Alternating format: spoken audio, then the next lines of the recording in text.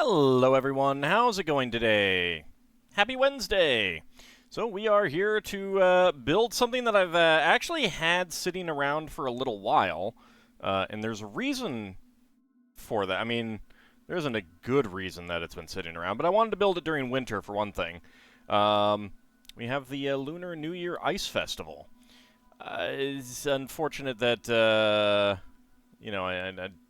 don't have snow on the ground right now. Howdy, Kinshir, and everyone else. You're tempted at the store yesterday to buy me a lovely bouquet of roses for Valentine's Day, but does he even have a P.O. box? I actually do not.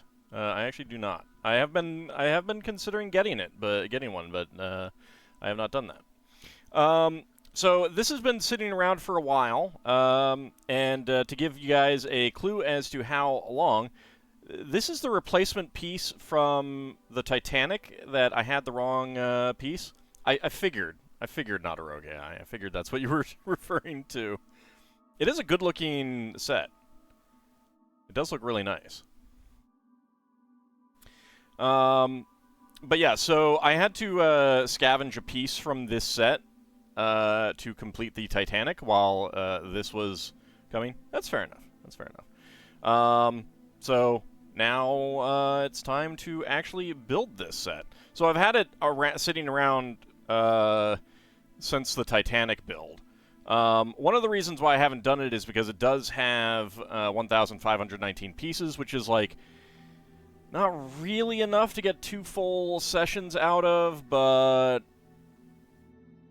kind of too many for for one normal session. But I think we're just gonna go long, you know? Just finished up nachos and chili for dinner. Nice. Alright.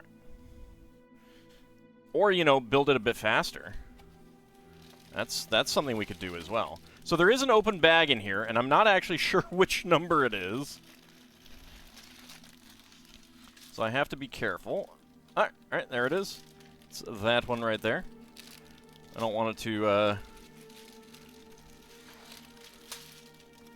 fall out.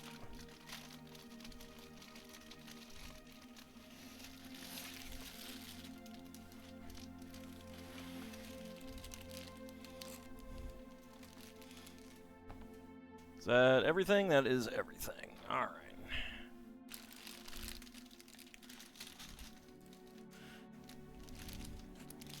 And a big thing. Oh yeah, I'm actually going to need something out of that. Alright. So we'll get that when necessary. Alright, so a pair of 16 by 16 white plates. Let's see, that is bag number 1. Let's see, I pulled... Okay, bag number 14 is the one that had that.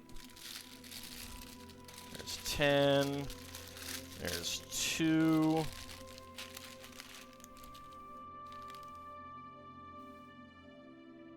So how is everyone doing today? That's 7. There's 5.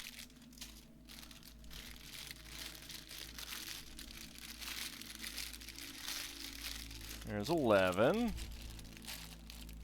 There's 12. So there's at least 14 bags. That's 4.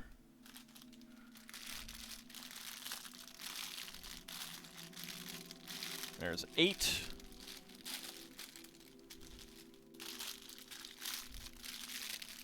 Nine.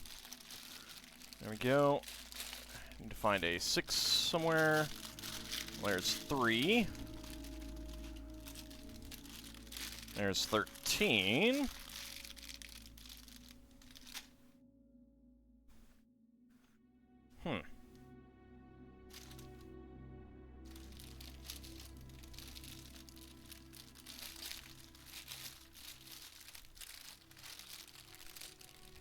So there's 13. Where's 6?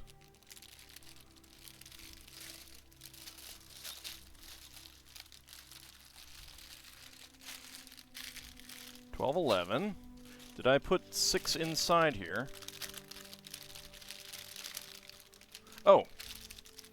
Right, okay, no, I think this was 14 from the Titanic. Alright.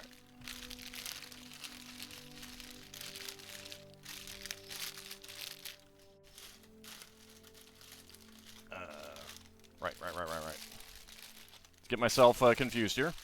Howdy, Bahamut. I am pretty good.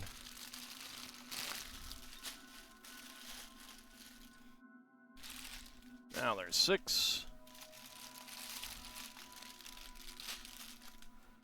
There we go. There's 2. Alright. So, crisis averted. It's a weird coincidence that this thing would have 13 bags in it, and I would just choose 14. For a... Let's see, that is... Yeah. Okay. Alright.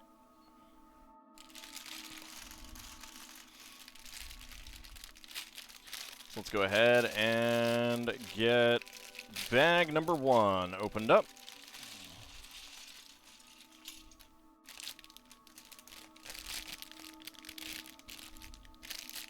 You had a fun time in Magic the Gathering Arena yesterday helping Lord Canis out? Nice. 13 unlucky number for the new year. I don't know if 13 is unlucky in Chinese.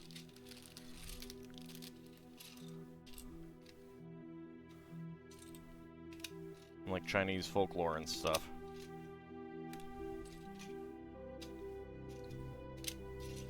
Alright.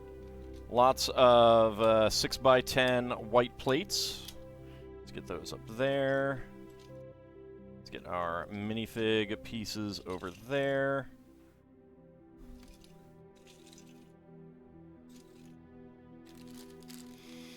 Also figuring out how fast you can cause a game to crash. Howdy, Lord Canis.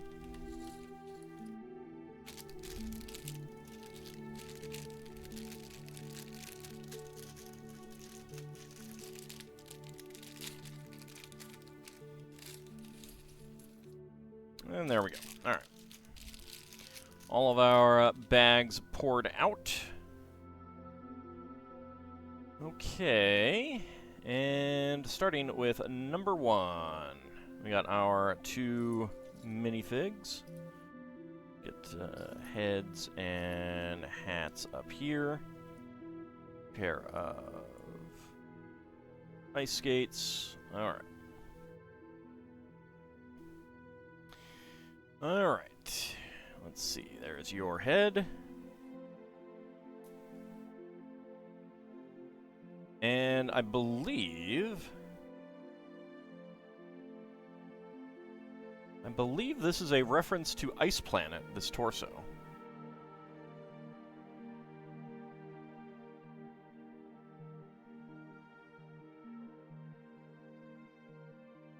Come on, focus. Camera.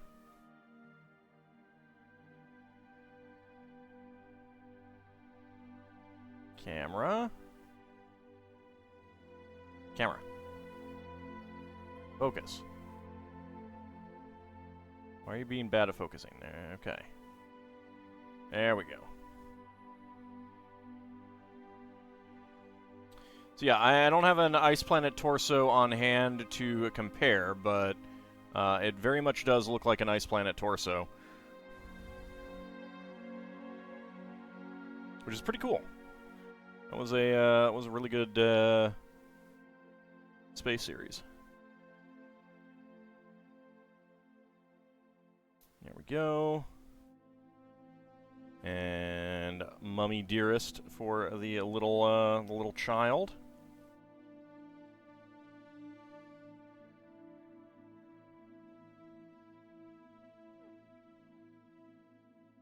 Had you not hit the arena's token limit, that would have been 2,048 tokens.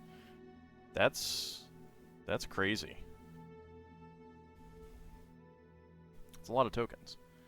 So there we go. Interesting jacket for her.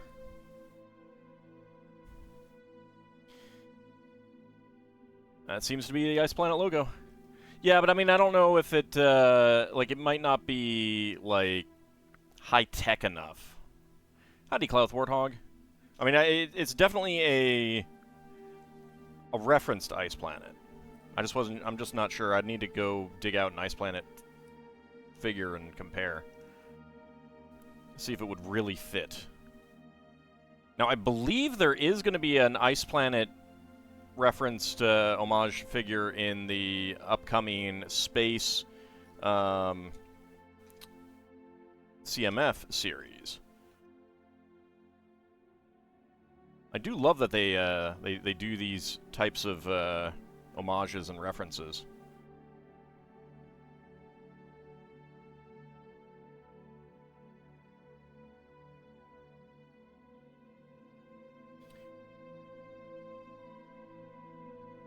Like, I really do like that they give you all these like, if you've been in the hobby long enough and have collected a lot of them, then you can get new things for these old series that work. And if you're new, it's just a neat looking torso kind of thing.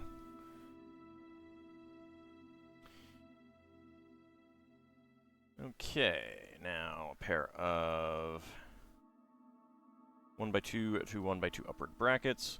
You don't think the deck is good for arena servers, though? You want to make the deck in real life and have fun with that? Well, good luck carrying around 2,048 items that you can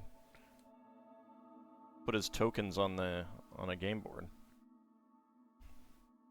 All right, a pair of white round top pieces.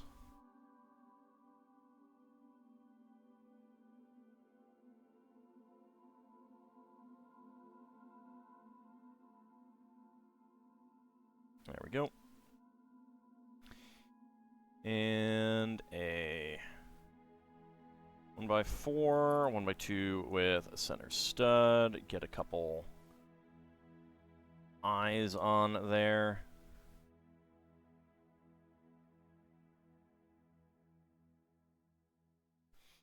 There we go. And an orange 1x1 peak slope. There we go.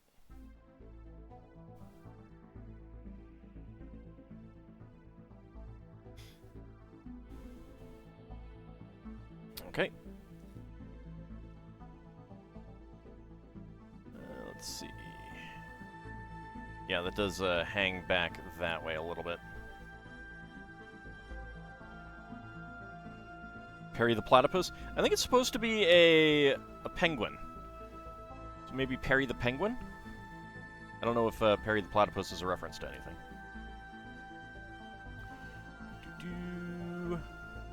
2x3 with 2 center studs and a pair of orange leaves for feet. There we go.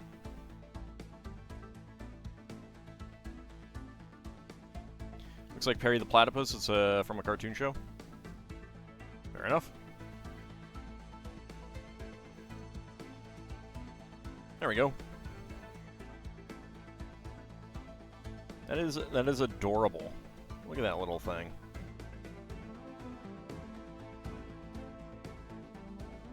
If the camera would focus. There we go. Oh, Phineas and Ferb? Oh, okay. I am tangentially aware of Phineas and Ferb. That, and I know that it is popular enough to pretty consistently get people choosing it for, like, getting it into the finalists for LEGO Ideas. Howdy, Ringbolt, how's it going?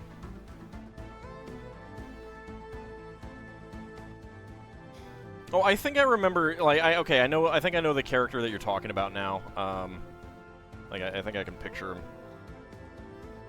I don't think I ever realized that that was a platypus. Right, a couple of bricks. Another 6x8. There's a 2x4 brick there. A couple of sand blue ingot tiles. Sick with a cold. Oh, I'm sorry to hear that. I hope you do get better soon. Colds are never fun.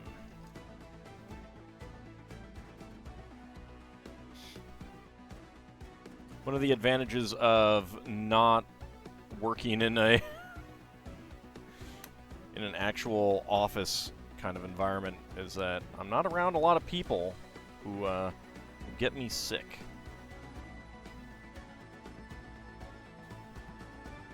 Like back when I was in an office environment, like going from the day shift to the night shift made a huge difference on the number of sick days that I claimed. Do you have to drive nieces around? No, that, well, yes. They're always going to get you sick. Family members. Especially the children.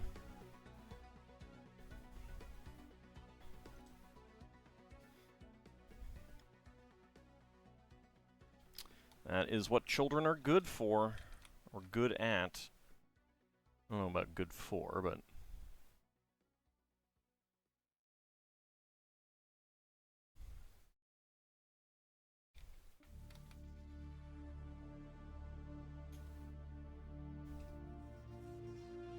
There we go. And...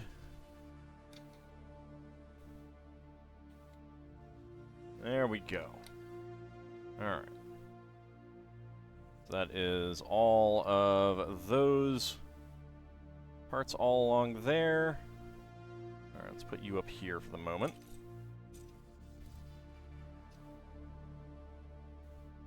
Okay.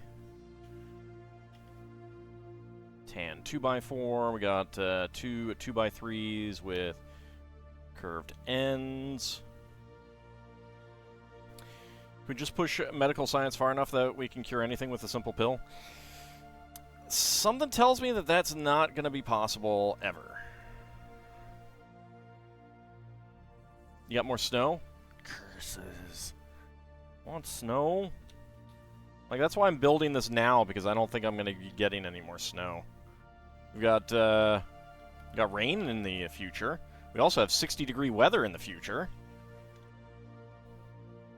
Because that's what winter is, right? 60-degree weather. 60 frickin' degrees.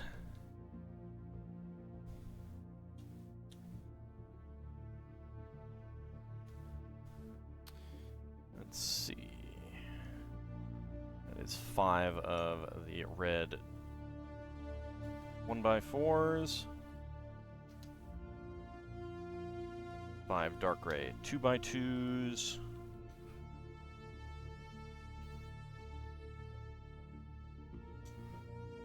Black 1x1, and a sand blue 1x6 tile. There we go. You heard that Anchorage got so much snow that they're having a hard time removing it all? Wow.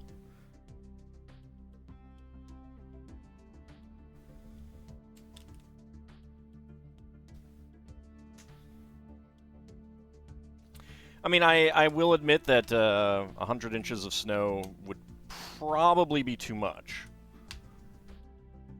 Like there is a sweet spot. There is a sweet spot. And here we have, speaking of sweet spots, don't ask me why, but a smartphone 1x2 tile right under there. Okay. 2x2 click hinge plates and 2x2 side stud pieces. There we go.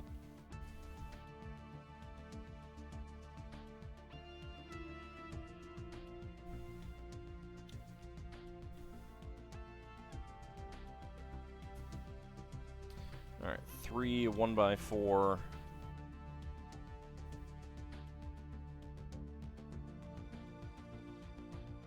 bricks with side studs.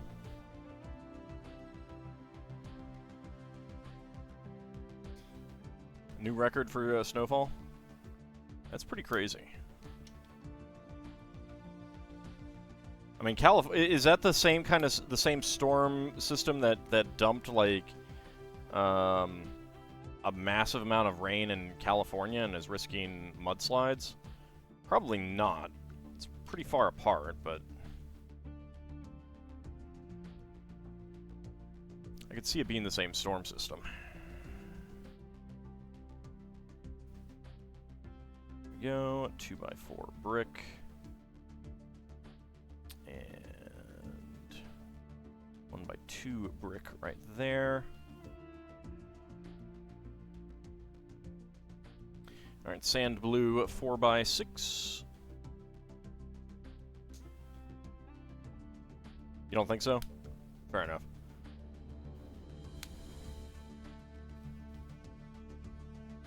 Yeah, I mean, it's pretty far away, so I didn't think it would be, but I figured there was a chance. I mean, it's pretty crazy to have record snowfall in one place and record rainfall in another, all along the same coast, and to not be related, it seems like, but I don't know. Alright, we got a little container there. Alright, spare parts. Black 1x1 cylinder tile, white 1x1 cylinder tile with eye print, a turquoise 1x1 plate, orange 1x1 peak slope, and a silver ice skate. Alright, so that will go right in there. The clips clipping onto the click hinge part. Alright.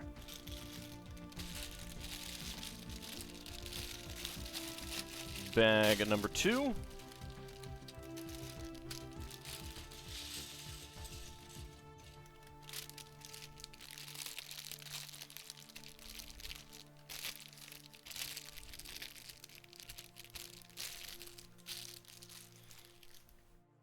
Yeah, the weather is getting extremely unpredictable.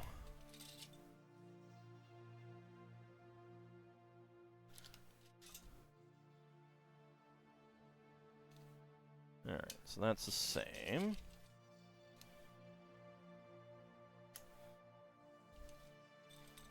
Another pair of X-Wing wings.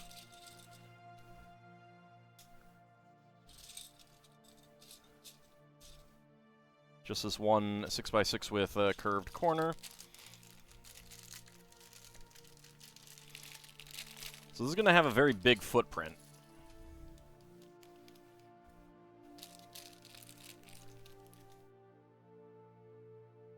Alright, next up.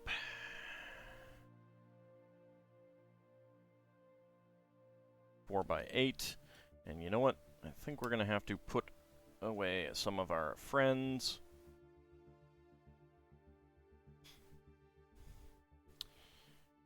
Alright, let's see, two 2x3 plates. And 1x4 brick. And a really bad mudslide that threatened their dam that required the village to request federal aid. Oof. That's pretty awful.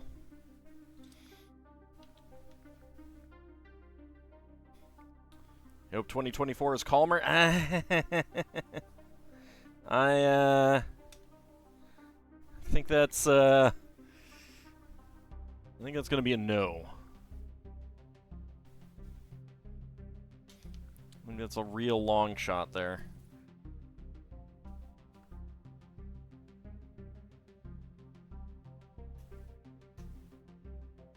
There we go. 1x2 brick as well.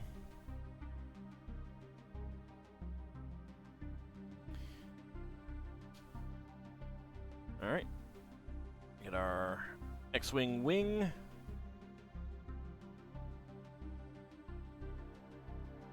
Get some more ingot tiles. And a 1x2 plate.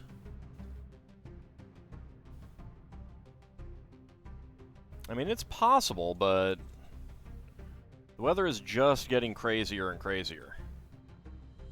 Like every year, I think. I mean, obviously it's going to go in waves and stuff, but...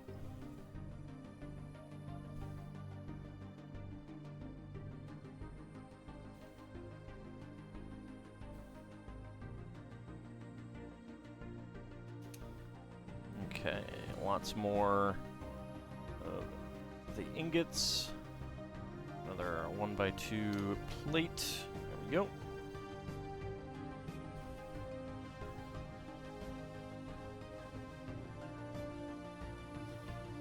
One by 4, 1x2, and another turquoise 2x4. There we go. How about we just do temporal shenanigans, terraform Venus back when it was habitable at 700 and something million years ago, and just live there? Yeah, I think that, I don't think we've learned our lesson yet, though.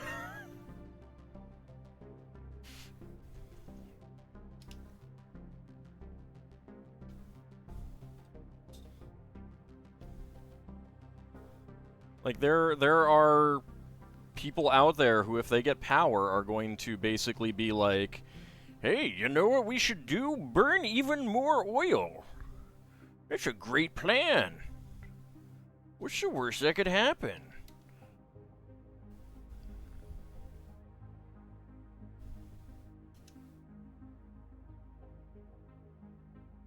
It's like they're suicidal or something. I don't know. Alright, let's see. 2x8 white brick. There we go. And a 1x2. And 1x4. Not a 1x2. Nope, that's the wrong color. That's gray. I want tan. Doubt Venus has oil for us to burn? No, it doesn't.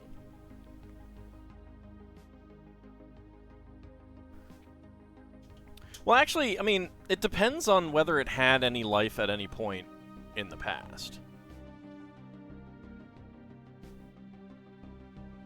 That's kind of what it boils down to.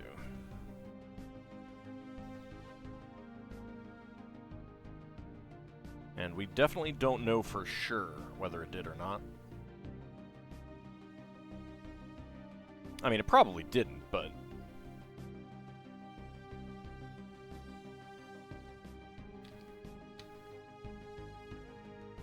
There we go. Get that in there.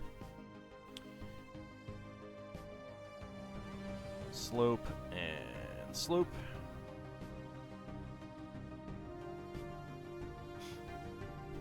Okay.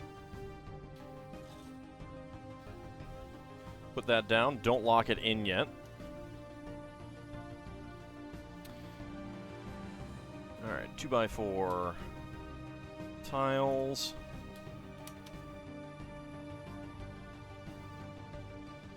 There we go.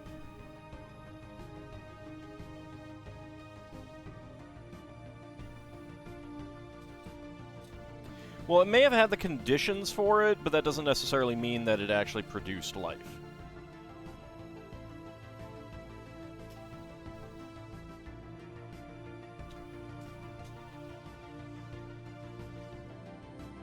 Like, same thing with Mars. Mars may have had the conditions for it, but it probably didn't either. Although it seems like it more likely may have. Alright, 14 2x4 tiles here. So we want 4 and then 5.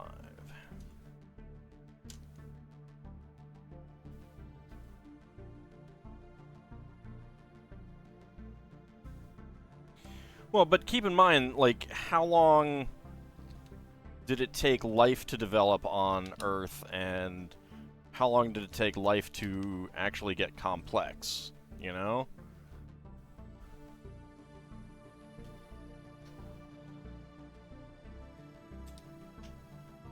Like, life has existed on Earth for billions of years, but it's only been complex for, like, 400 million or so.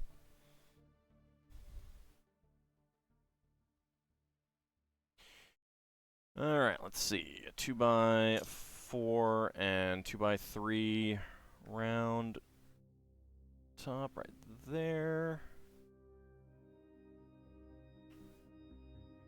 2x4 right there. I mean, complex as in, starting to actually form really multicellular organisms like arthropods and stuff like that. And plants. Complex plants, not just algae. Howdy, little bunny.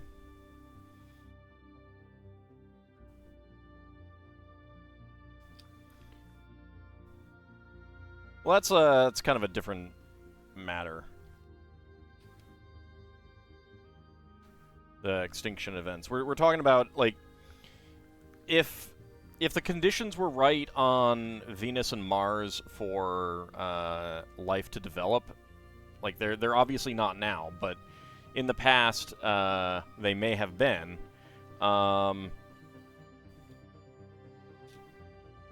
Like, what would it have been? Probably just a single cell.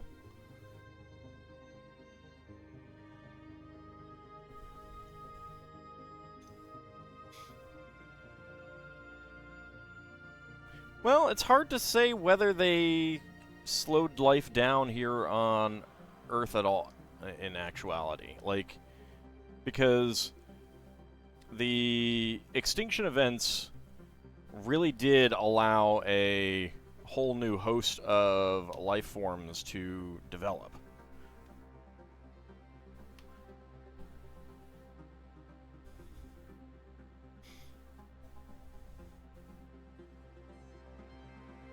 There we go. Get that round top piece in there. And I need a 1x1 right there. There we go.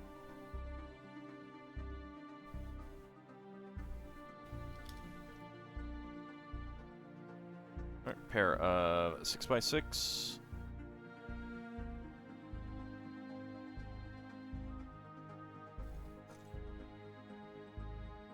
And then the wing plate.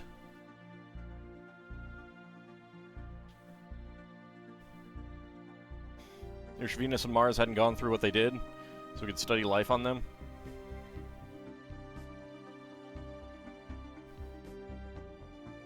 Let's not forget how weird it is that humans have had such a short existence. Yeah.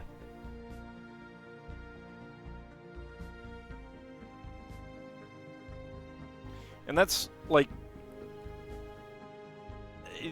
that's evidence towards us not having a very high chance of finding other life.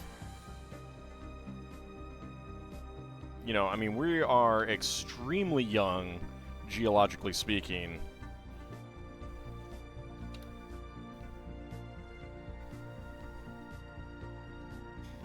Other life, you know, I mean, like, intelligent life, would have to have been around for millions of years, probably.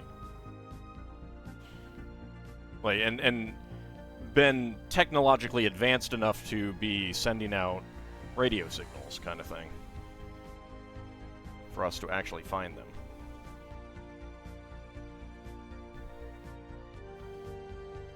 Alright, let's get another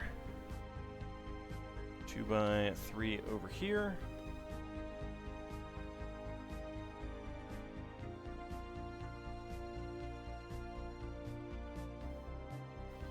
Howdy up, Cody. How's it going? Alright, let's get 2x4, 1x4.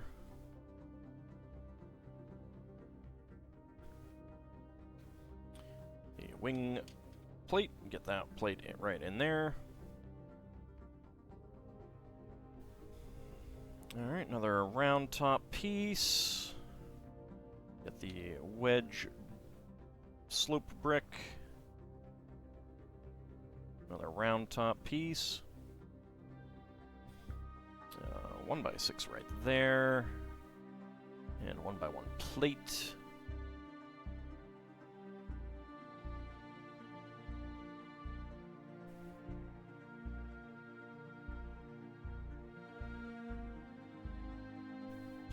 Sure. I mean, like, we only have one planet as evidence for any of it. And that's also kind of why, you know, like, when people say that you should try to play other creatures in fantasy or sci-fi games more alien, it's like, you actually can't know. We have no idea what aliens would be like. So I kind of am like, you know, just do whatever.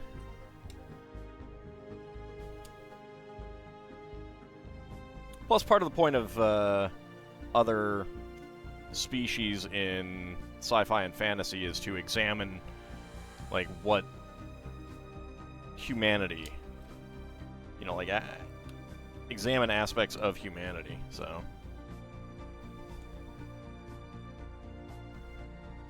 If Venus and Mars had life at the roughly same progression as Earth, would it push us on Earth more into a peaceful spacefaring civilization or not? Like, if they were still inhabited right now? Is that what you mean?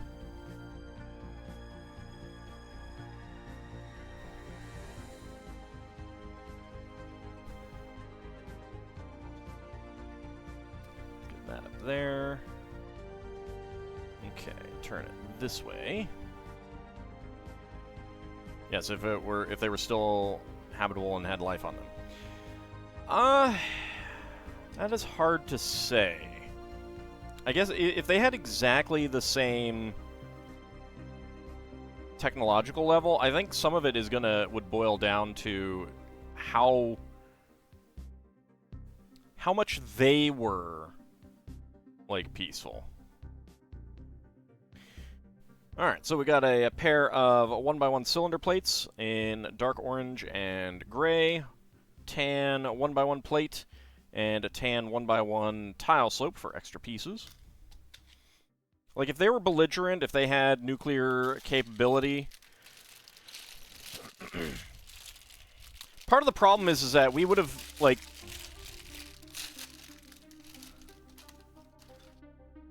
I think with the with the invention of radio receivers and powerful telescopes and stuff like that, we would be aware that they would exist, and they're not so far away that it would be really hard to contact them. Also, pretty interesting pieces. It's kind of like pearlescent clear. We also have a trans light blue.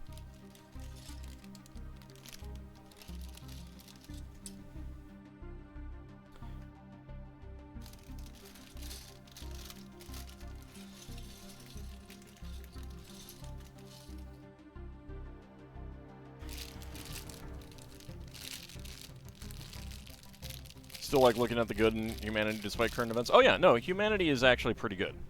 The problem is how much of it is like ultimately controlled by the not good people.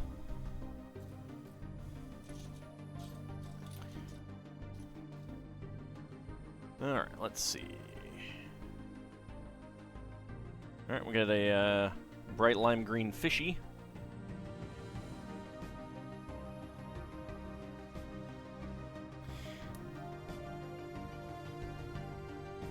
Alright, let's see. So that is there. Right there. Correct? Yes. Yeah, alright. So fishy goes there. So, like, essentially it's like,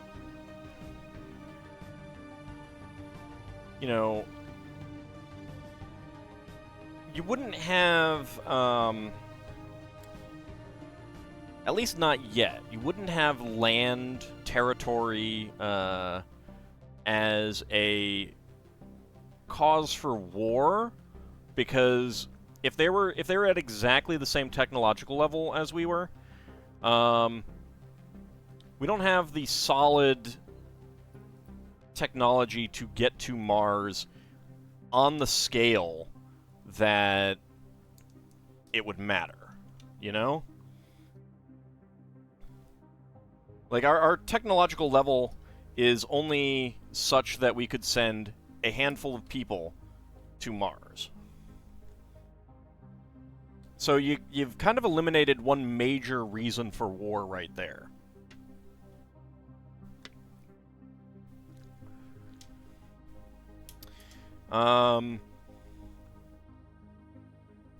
Obviously, there are other reasons for war as well.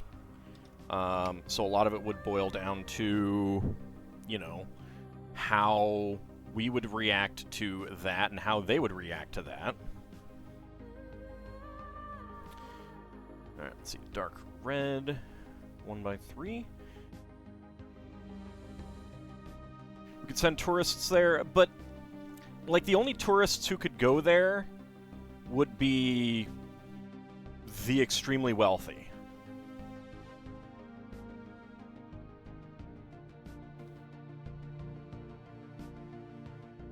Like, otherwise you're really only talking about scientific expeditions.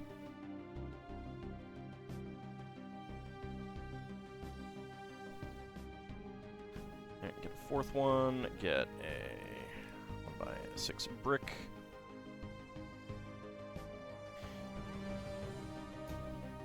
So it's like one of those things where the variables are so great that it's really hard to say how things would go.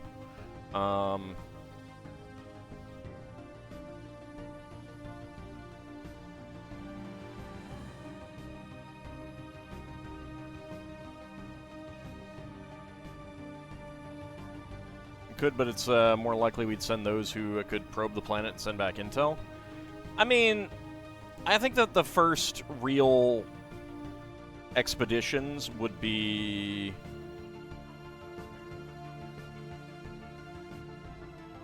Turn the fishy that way.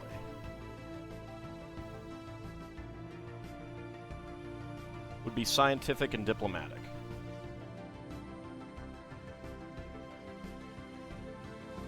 That is basically always what the first expeditions to new places tend to be, or trade.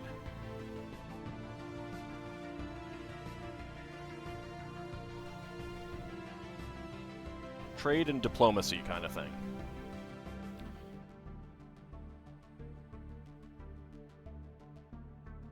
Alright, let's see. That is 1, 2, 3. 1, 2, 3, 4.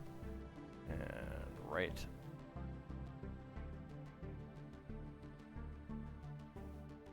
There.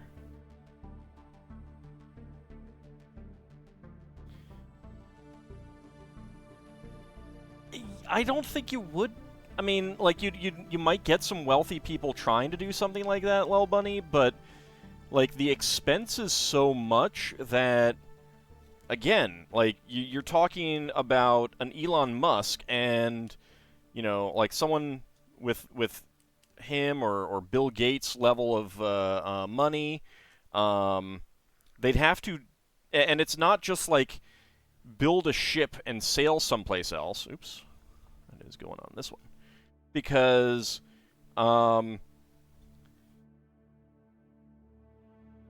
like, the ships that sailed to the New World, they were just variations on the same thing that had already been built. Like, you didn't actually need new technology to get to the Americas when Columbus arrived here. Thinking, of course, he was going to someplace else.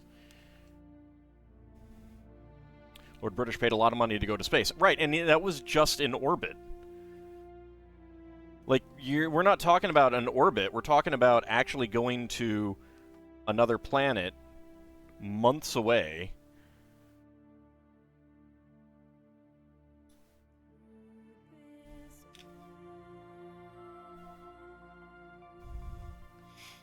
Like, it's not very feasible in terms of even an adventurer to go at this point.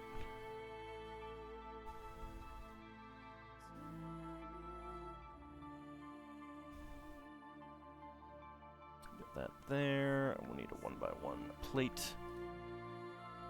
And even then, you know, you're talking about right now as opposed to, like, when we would have discovered them back in probably the 20s or 30s. Howdy, Chocobo Akiba. Set looks rad so far. I'm looking forward to it. I like the big icy pond that it's building up to.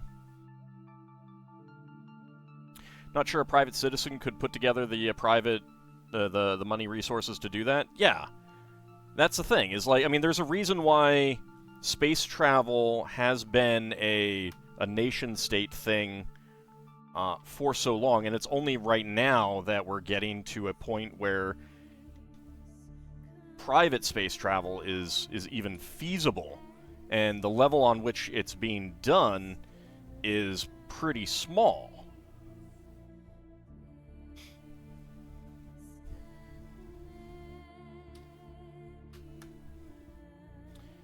That there, that one right there.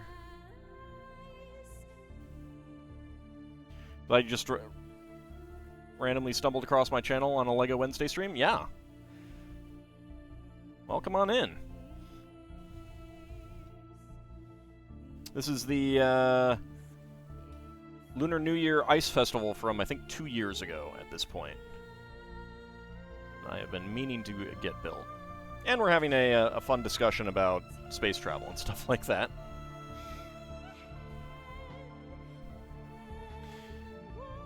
So yeah, like, we would have been aware of, you know, people on other worlds back in, like, the 20s, 30s, when radio waves would be able to actually get between them, and we'd be able to build and detect such things. Possibly even earlier. I'm not sure, like, I'm not super duper familiar on all of the, you know, nitty-gritty details of radio, stuff like that. Make space travel devices a community project.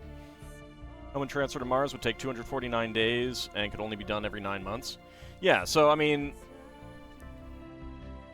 like, you're really talking about a pretty hard thing to do to get anyone to another world.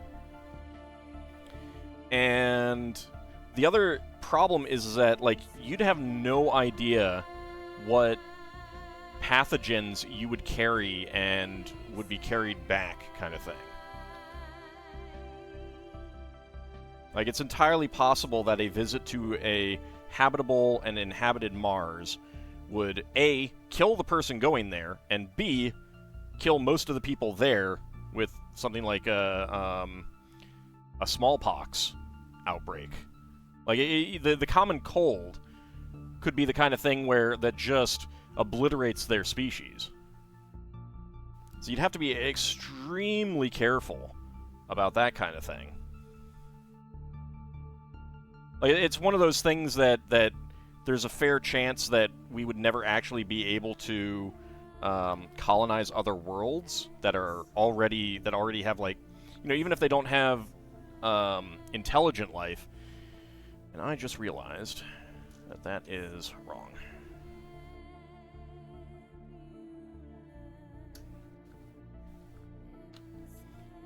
That should go in there. There we go.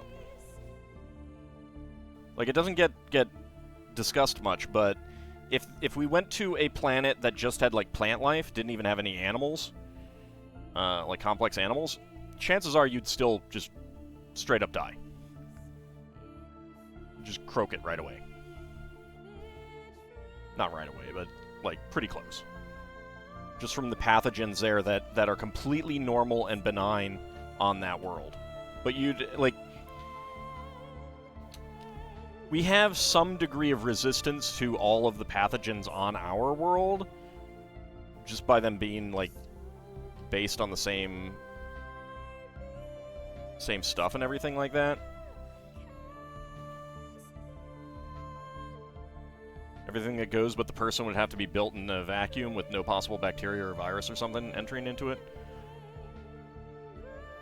Or you'd have to, sterilize it and stuff like that. I mean, like there are things you could do, but yeah, it'd be very difficult with a person because just like the benign bacteria in our gut could kill them. All right, 4 1x4s with side studs. I mean, it's entirely possible that it wouldn't, but we have no idea. And unless you get a sample of it to research in a hermetic environment, you're not really going to know.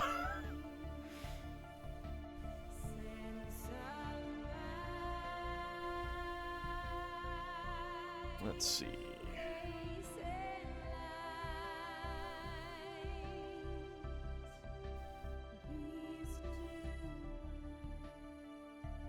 There we go. Got a 1x2 slope with a tooth piece. So yeah, there's just a lot of things. So, like, I don't think war between an alien species in our solar system at this point in time would be feasible. Now, I do think that one thing that would come of it would be substantial scientific and cultural exchange. If they were, you know, not a closed-minded species living on that other world, I think they would be excited to get access to our artwork and entertainment stuff, and we would be excited to get theirs as well. We would want to, you know, if they've discovered any, you know, cures for diseases, we'd want to know that too, because it might be compatible. You know, I mean, there's all kinds of stuff that could come of it. Not a War of the Worlds type situation. Although, them coming here and then dying of the common cold or flu is fairly likely. If they were to do that. On the other hand, you would think that they would also realize.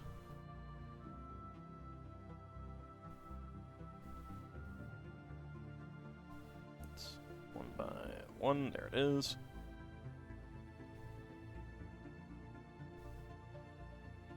If they have our art, they can discover how to destroy us.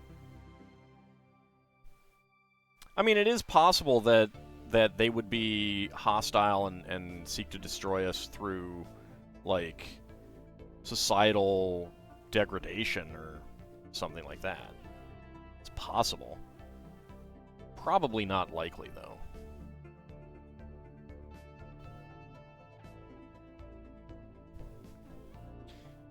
I mean, discovering how to translate their languages, which would be, like, completely alien. Like, all human language shares basic concepts and stuff like that, and there's no way to know whether that would apply to an alien language.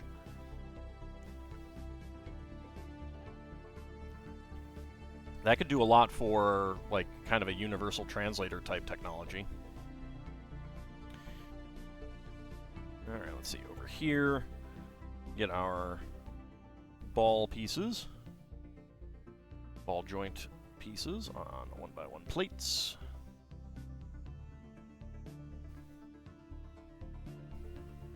I mean, I think the main thing that would happen is just the kind of thing that happens here on Earth between nations.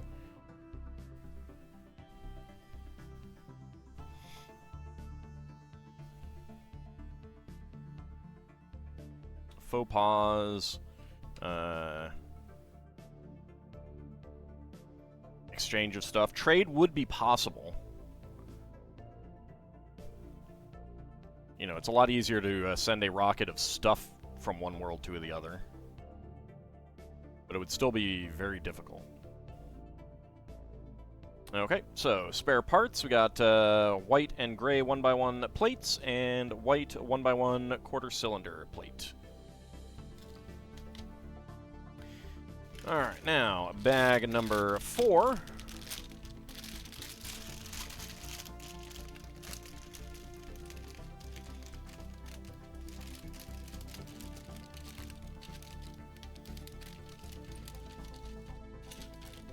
Like, if you've got cooperating people, even if you don't know any languages, if you can actually, like, have a dialogue, it's not too difficult to translate a language. I mean, it would take a while, but, like, if they're contacting us by radio, I mean, there's a time delay involved, but,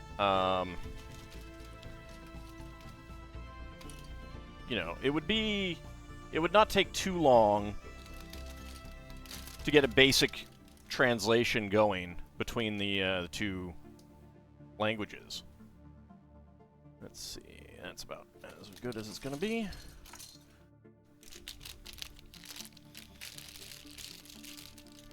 Like, our problem with translating ancient languages that are no longer spoken and stuff like that is that we have no one to talk to.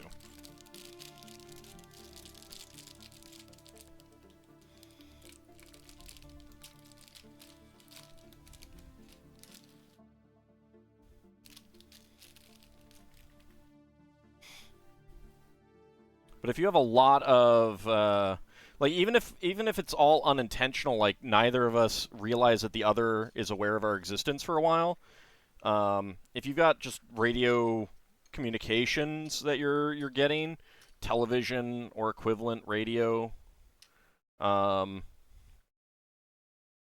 know, you get a big enough corpus, and it's pretty easy to translate, given persistency. Let's see, there we go. Barely hides all of the back of his face. Oops.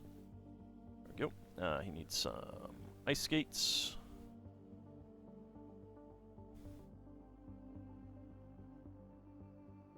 Yeah, I mean, television, the equivalent of television would be the easiest thing to translate, because you can see what people are referring to.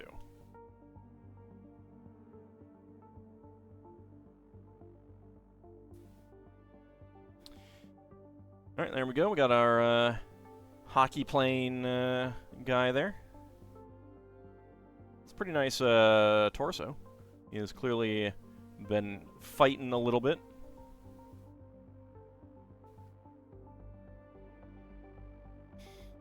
And black, and I don't know why orange, 1x1 cylinder tiles for the hockey pucks.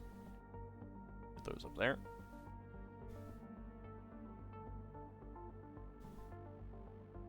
Okay, we got an orange fish.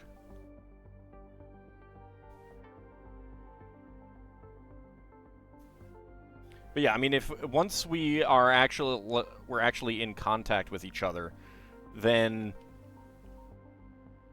being able to, like, send a picture, a word written, and a, you know, and a spoken word would actually make translation pretty easy.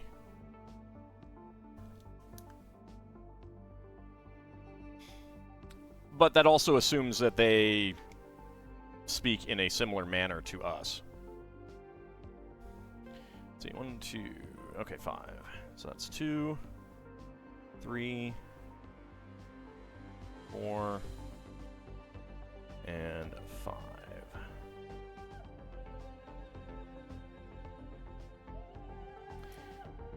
And 1x6 brick and 1x6 plate up there. Can you imagine if Venus or Mars had separate internets and then we all somehow managed to tech things and connect all 3 together? That would be pretty cool, actually.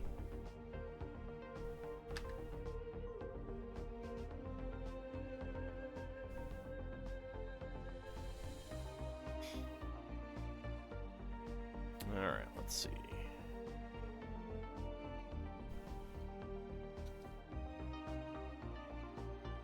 Well, I mean, again, like, we only have human communication to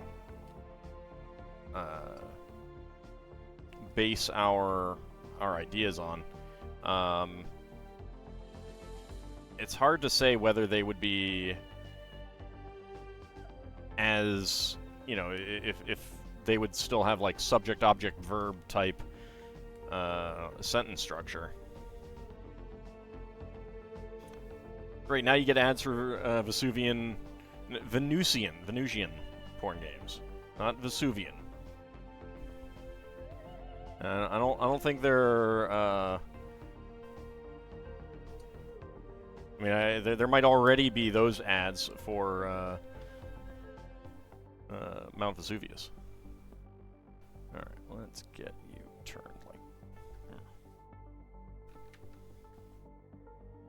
There we go.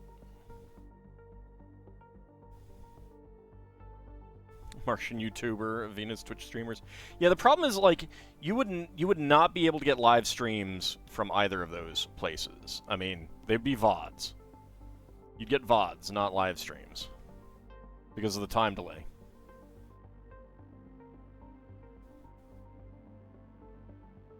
All right, got 3 2x6 bricks.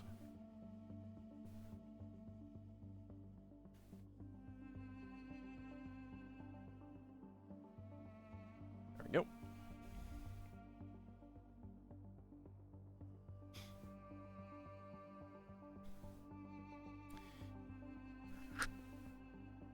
All right, let's see. Over here. 1x2, a 2, 1x4, a downward bracket. Get that one in there.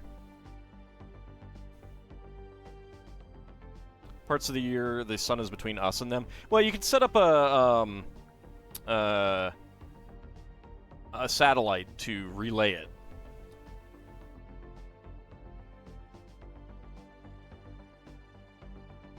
Like, you could set something up at one of the Lagrange points between the planets. Twitch trying to decide what counts as unacceptable nudity with the aliens.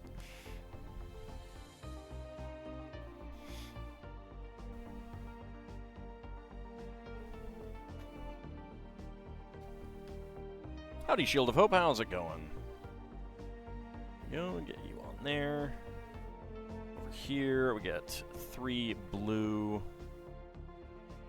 1x4 bricks with side studs. And a black 1x1.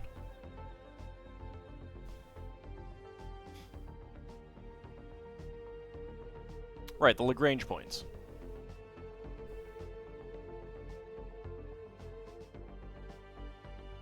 Alright, that goes all the way there, and then that goes there. L5 and L6. Yeah, I can never remember which ones are which. Let's see, that is there. We get the slope brick in there. 2x2 corner right there. 1x1 with tooth right there.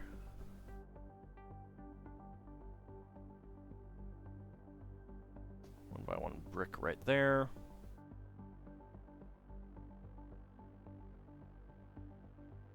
That in there. And 2 1x1 tile slopes. There and there. There we go. Alright. So, there's an orange 1x1 cylinder tile as extra.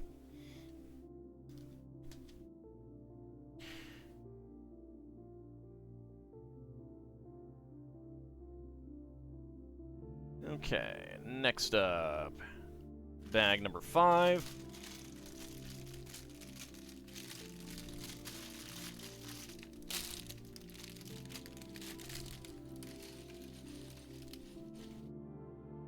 Well, I mean, like, if you're talking about something like that, then essentially you'd have you know, local servers holding the downloadable content. Like, you know, Steam would have local servers here to host the you know, games, and YouTube would have local servers here for videos, that kind of thing.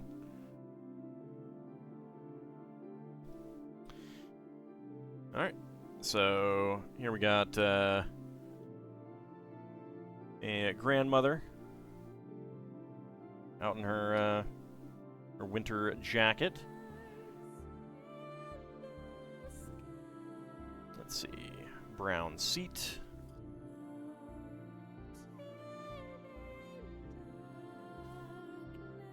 There's one ice skate. Should be another ice skate in here.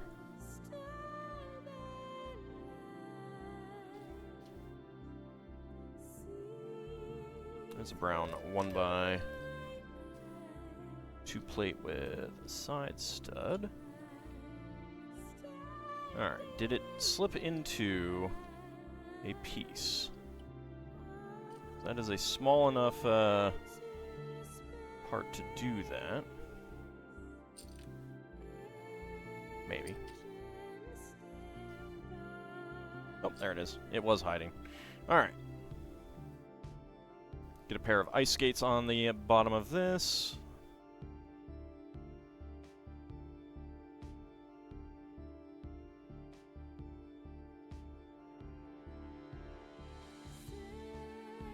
There we go.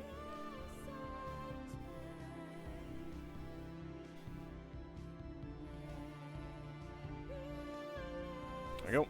Ice skating on a chair. There we go. Martian CK2 LP.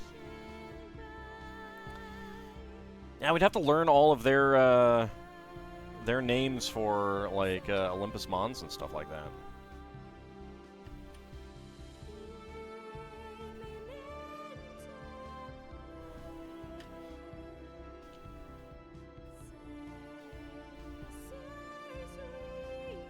There'd be dweebish Martian teenagers who'd be like, "Ha, we have higher mountains than you. We have a deeper canyon."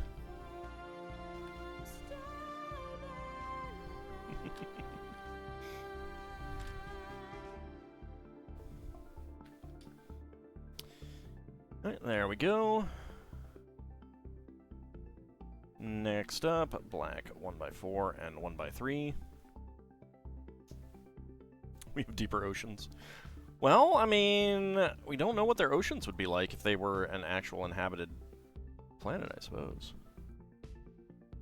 That canyon could actually be the equivalent of the Mariana Trench.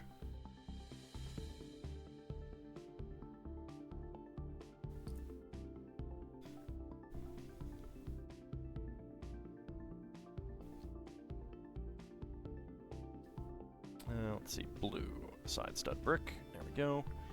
And a tan 1x1 tile. Where is the mold mark?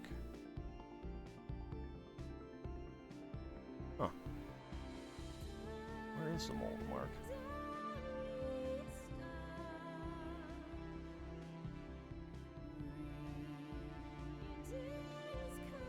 Oh, on the underside. Okay. Let's see. Nothing else. We already know the Martians call it Barsoom. Okay, so this goes right on over here. There we go.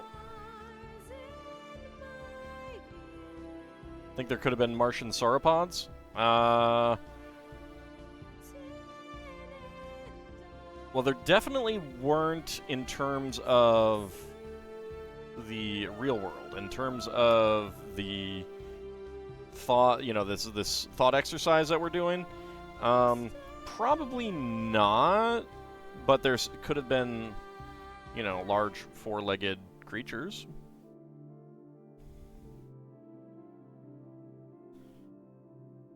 With less gravity, could there be bigger animals on Mars in general? I have no idea how that would work.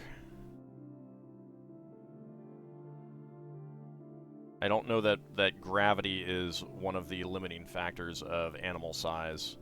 I mean, it is to a certain extent, but I don't know if it's such a big deal that you could have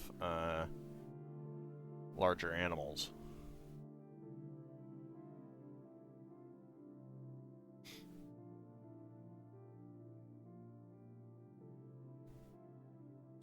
Alright, and that gets right in there.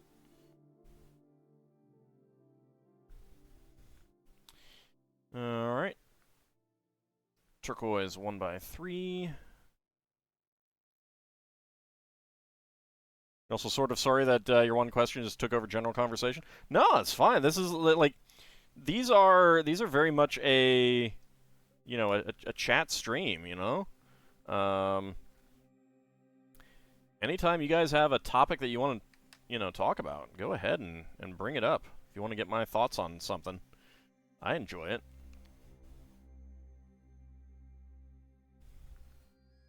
I'm all for interesting discussions.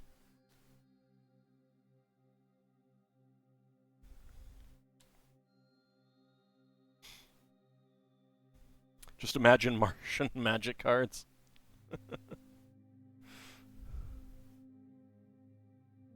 I mean, businesses would like be gaga over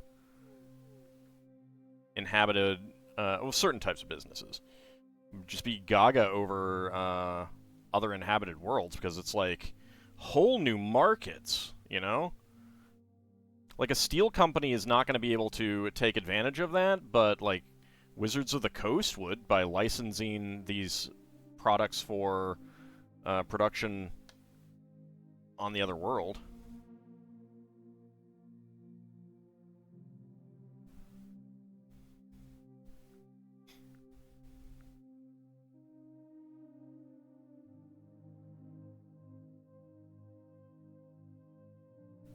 There we go. Most of the Magic crossovers have been properties that they own, haven't they been? Have there been any actual licensed ones?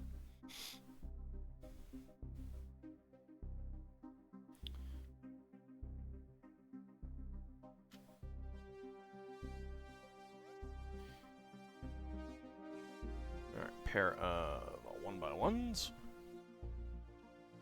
Warhammer 40k and Lord of the Rings. Ah, fair enough. I was just thinking of, like, Dungeons and Dragons and, Transformers. Oops, that is a piece that just went on the floor. Hold on. I gotta get that.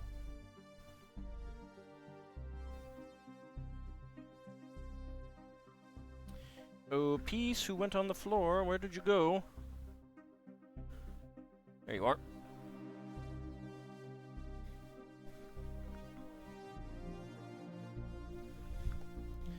Also Doctor Who. Fair enough.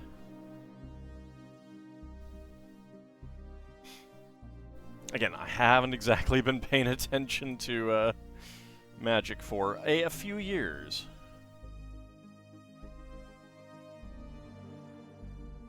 It amuses you that both the outdoor winter festivals have elderly folks out doing stuff? Why does that amuse you? Elderly folks like to do outdoorsy stuff too. Official Mars Lego sets. Actually, but that would change entirely because we would have been aware of them for probably most of a century, if not more than a century. That would absolutely change like the perception of what you could do in terms of like a Mars mission set kind of thing. Because it's cold out? Not all, I mean, like, some old people don't mind the cold.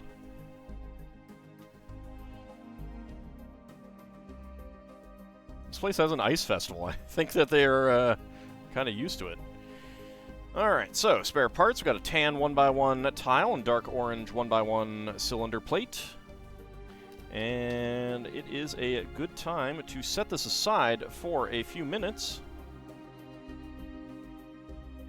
I can figure out a good way to... There we go. Because it is time to do some minifigs. Depends on how soon we could see them with telescopes, but we could communicate by radio waves. Transmit visual signals with by television. Alright, there we go. Lego Movie Series 2.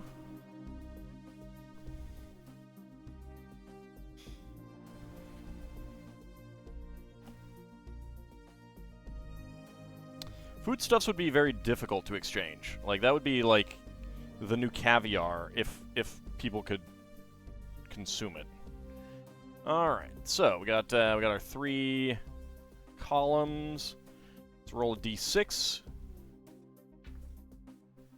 Alright, that is a 6 and a d20. That is a 16. 1, 2, 3, 4, 5, 6, 7, 8, 9, 10, 11, 12, 13, 14, 15, 16. Alright. I feel we've pulled from back there before, but whatever. Alright. Let's go ahead and start a prediction. Can Ald guess what is inside the minifig pack? Let's go. That has gotten moved. So far, we have gotten Emmett and Wild Style. We have gotten the Swamp Creature. We've gotten that Singer Lady. We've gotten the Kitty Rockstar. We've gotten Dorothy. And we've gotten Unikitty. So go ahead and get your predictions in. Can I guess what is inside the minifig pack? Food would take too long to deliver, so the best quality stuff won't be shipped. Yeah, it would have to be something that could be frozen and still good. You could get seeds delivered, but you'd have to do like some pretty crazy agricultural stuff to raise them. I think that like you could, like there would probably be some equivalent of like milk and certain fruits there, and you could get different kinds of, like you could make an Earth version of some Martian foods and stuff.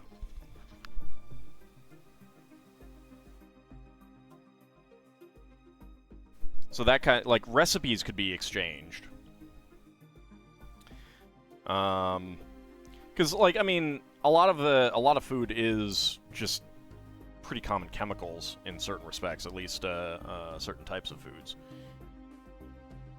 Alright, so about 25 seconds remaining. Get your predictions in.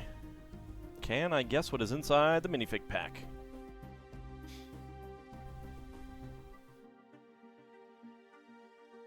We'll see what we get this time.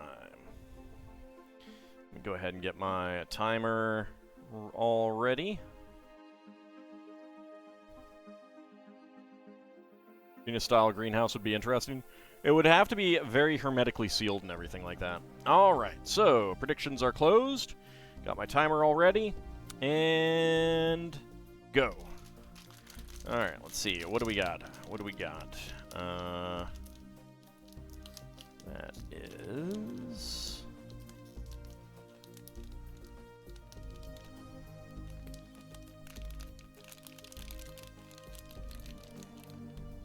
Alright. 19.4. I think we got another Emmett. Let's see if I am correct. Yes, we did. There we go. Alright. Did I get everything out? Yes, I did. Alright. So let's choose that prediction within 20 seconds. And let's see who's getting the hams. Red Hyena, Kinshir, Abcody, Athenkalis, and a Shield of Hope all going for within 20 seconds. Very nice. Lord Canis, Ice Sovereign going for 20 to 50. Preskitch going for 50 to 60. And Bahamut and Lel Bunny going for no. You wanted there to be a mistake at the factory and it to be Cornflake Guy? That would be great. That would have been great. It would not have been possible, though. It would not have been possible, though.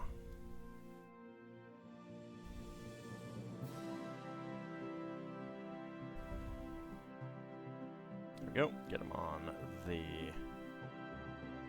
base. He's got his hair. Got his coffee. Let's actually turn it so that it is appropriate side. And he is listening to some music.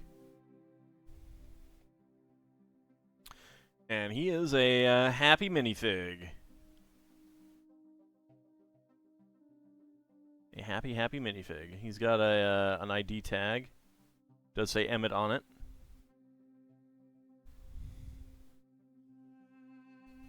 There we go.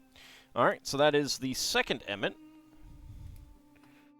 Alright, so that one is done. Next up.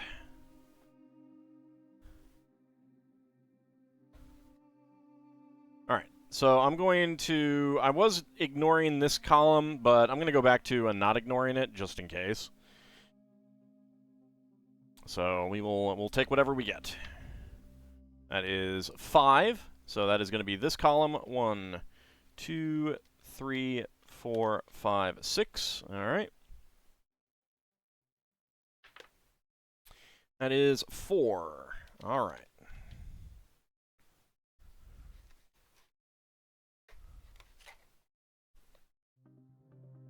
So the Ninjago Movie is our next minifig. All right, let's start that prediction. Can all guess what is inside the minifig pack? Go ahead and get your predictions in. I did miss what your D20 said for last time if you rolled.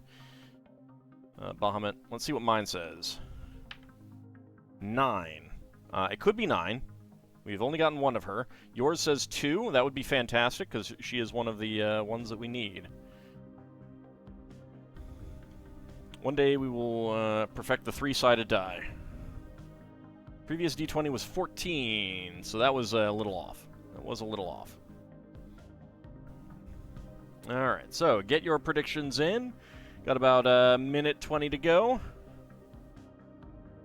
Can I guess what is inside the minifig pack? And what will it be? There are only 2 minifigs that we have not gotten. There's quite a few that we've gotten all of. That one, and that one, and that one, and that one, and that one, that one, and that one, and that one, and that one, and that one. It's kind of funny that we've exhausted some of these and still have not gotten 2 of them, and there's quite a few that we've only gotten 1 of.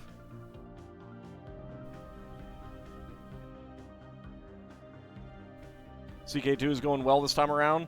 The papacy has Navarra and Aragon because you gave them to the Pope. Alright. 20 seconds remaining. Get your predictions in. Can I guess what is inside the minifig pack? Go ahead and reset my timer so I'm all ready to go. Venusian Jello. I mean, it's basically just sugar and gelatin. Alright, and predictions are closed. Alright. So what will we get? And start. Alright, let's see. What do we got? What do we got? There's the base piece. There is... Oop, what is that? What is that?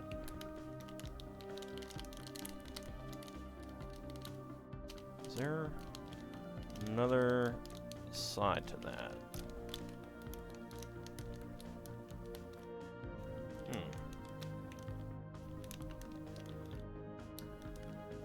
It feels like lady hair with a ponytail, but I'm not sure. Is there another? Okay, yeah, there is. All right. All right, 40.48. We got the N-Pop girl.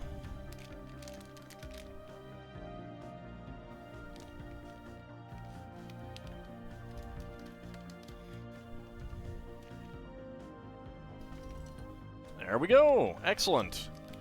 Excellent. That is correct. So that was 40.48. So let's go ahead and choose our prediction. All right. That is 20 to 50. And complete that prediction. All right. Lord Canis, Abcodian, Ice Oven getting the hams this time. Very nice. Red Hyena, Bahamut Zero, and Kinshir going for within 20 seconds. Prescott, Shield of Hope going for 50 to 60. And Lel Bunny going for no. Very nice. Let's go ahead and mark her down for the second time. Oops. Need to get that skirt in there.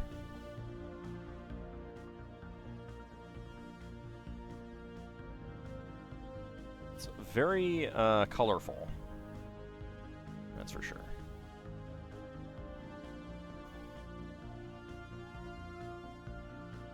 I like the hair, though. And the pink bear. And she has a Unikitty t-shirt. There we go. But yeah, I really like the hair. It is dual molded, which is pretty cool. The piece was originally used for Harley Quinn. Or one of the Harley Quinns. Alright, so that is that one done. So let's go ahead and get started on Series 8. There we go. Alright, we got only 4 left on the hanger thing. But we still have more hangers, so worry not. If we don't get them all in this, with this, there will be more coming. All right. So let's go ahead and start another prediction. Can all guess what is inside the minifig pack? Maybe Emmett's listening to her songs. I mean, she might have done a cover of Everyone is Awesome. All right, so far we have not gotten the Conquistador, the Lederhosen guy, the Cowgirl, the Fairy, the DJ guy, the Cheerleader, and the Alien Queen. So we still have some that we have not gotten yet. So go ahead and get your predictions in. Can I guess what is inside the minifig pack? And what will it be? Let's go ahead and roll our D20. Fresh foodstuffs could be sent between Venus and Mars when they were close enough and we made faster transport ships. I don't think it would really work. So that is a 9. So that would be the Fairy Girl.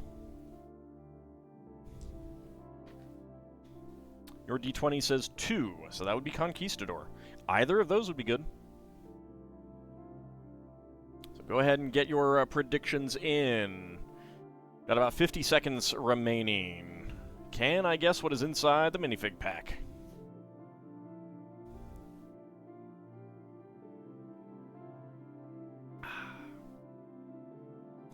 Alien Queen would be poetic irony tonight. That's true. That's true. With her exposed pink brain. 30 seconds remaining. Get your predictions in. I don't know if that's a head or a hat, essentially. So that would be interesting when we get that one. I have to think like companies with billions of dollars pushing for stuff like that. I think we're still really far away from that kind of thing.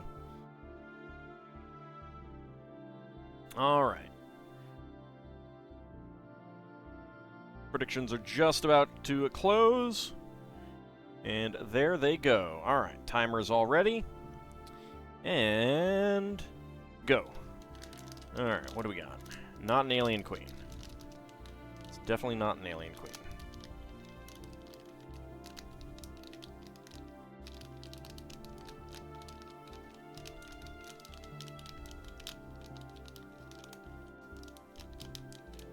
What is that? What piece is that?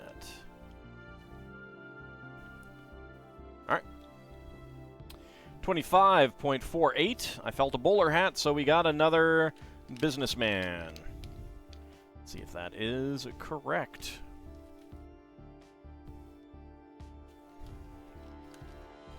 Right, but Bahamut, my point is I don't think it's possible anytime soon. Like, they might work towards that, but pardon me, I don't think it's possible. All right, so that is indeed the man in the bowler hat, Mr. Businessman. 25.48.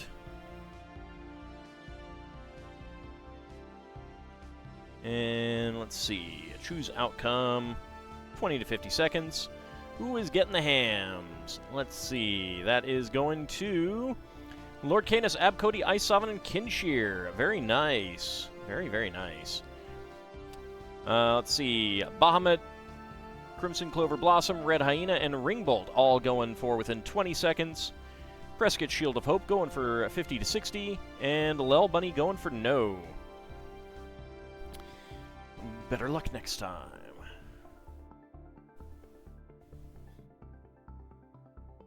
There we go. Yeah, let's get his businessman head in there. And his businessman hat up on his head. He's got the financial news already. Still find it interesting that these come folded closed in the in this minifig, the suitcases.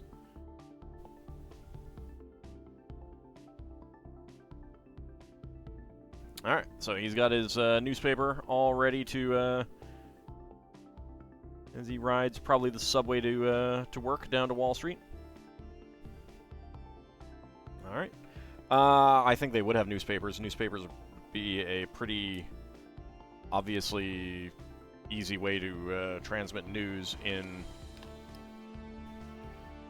a non-digital environment. I mean, as long as they have plants that they can turn into paper, at least. Like, if they don't have plants that they can turn into paper, that's another story entirely. Alright. So let's go ahead and get this back here. There we go. Alright. Let's go for our already opened bag.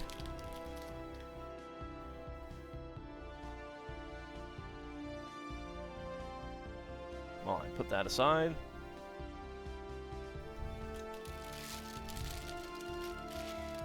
Okay. So this was opened because I needed to get a part out for the Titanic that we built a while ago.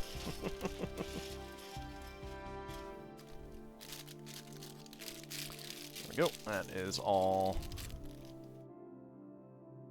emptied out. Okay. So let's see. We got some large plates. Put those aside. Gray plate. 4x4 up there. There we go. And then our small bag.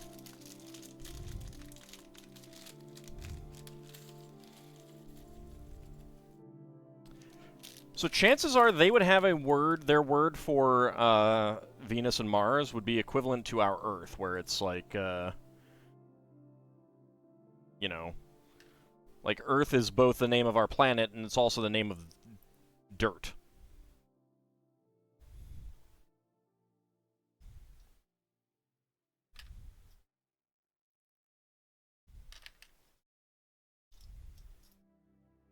Alright, let's see. Said click on over, thank you. Alright. Make our minifig. Give her her glasses. Alright, Bahamut, have a good rest of your night. I don't know if I have this hairpiece. I'll get a zoom in on that in a moment. Let's see. So lime green, 1x1 with 5 studs. Get our classic chainsaw blade, which has been around since Ice Planet. 1x1 cylinder tile in bright green, inverted cone in bright green, and a pneumatic T in black. There we go.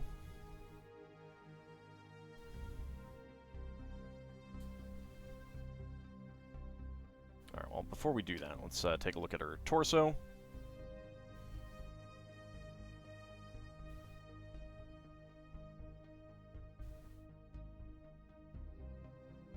There we go. So she's got a like a high visibility vest on, and interesting hair. I like the kind of curl there, ponytail in the back. I don't know that I've gotten one of these hair pieces before. That's kind of neat. Howdy, 1-4. How's it going? There we go. And she has her chainsaw. We're not using that yet. Alright, first things first. 1x2 curved slope. And a 1x8 plate. Get that all the way over there.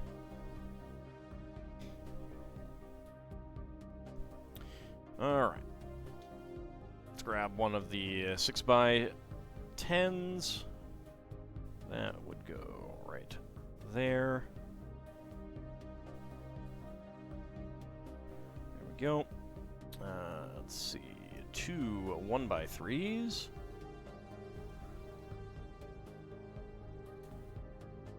Three by 3 curved corner.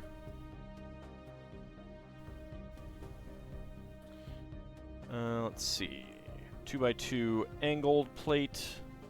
Right there, a 1x1 with tooth. There we go. That gets right there. Another 1x3 and a 1x1. 1x1 in there, and a 1x3 right there. Okay, and the other 6x10 go along there. We go. Pair of 2x2 angle plates.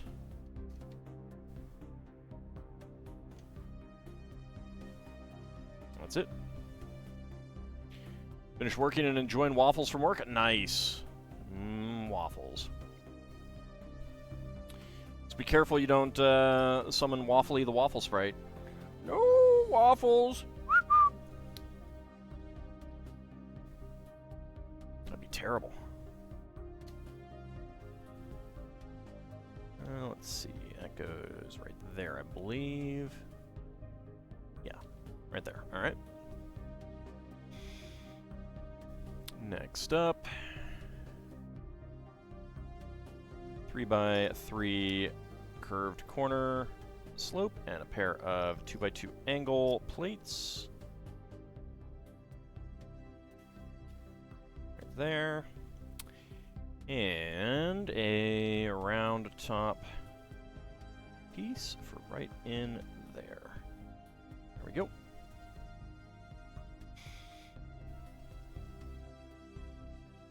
Alright, 1x1 plate and 1x2 curved slope. 2 curved slope goes right there, and the 1x1 right there. There we go. Okay. Translight blue 2x2 dome. That'll go right there, and we get some translight blue 1x1 tile slopes. The other one right there.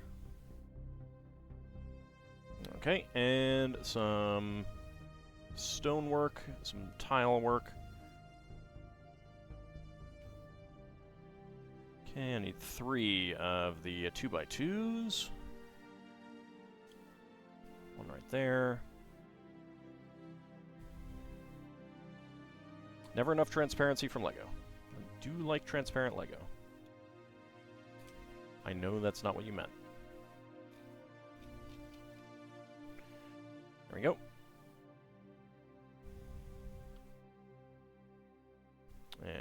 some dark orange 1x1 cylinder plates.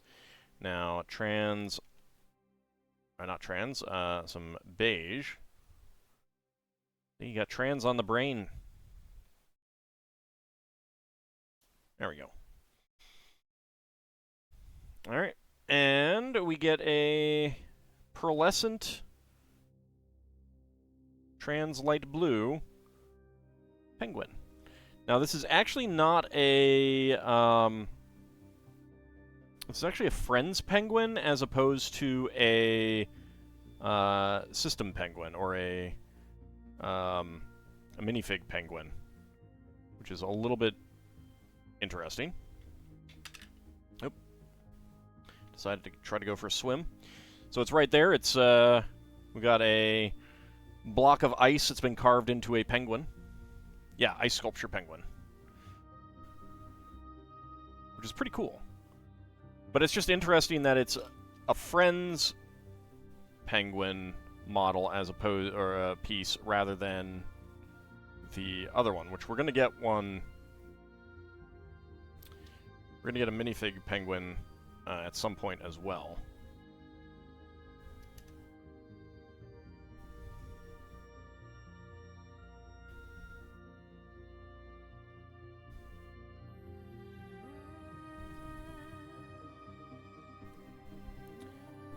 Let's get these down. Another orange one right there. Dark orange. With the chainsaw, a penguin was born. Yep. Alright, 4x4 plate up here.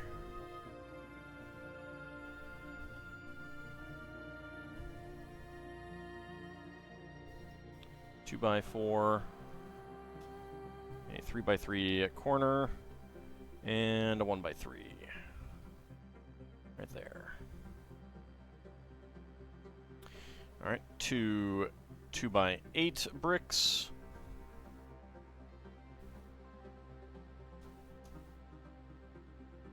One by two, 1x1. Another 1x3 plate. And 2x2 angled plate right there. 1x8 on this side. Two 1x3s.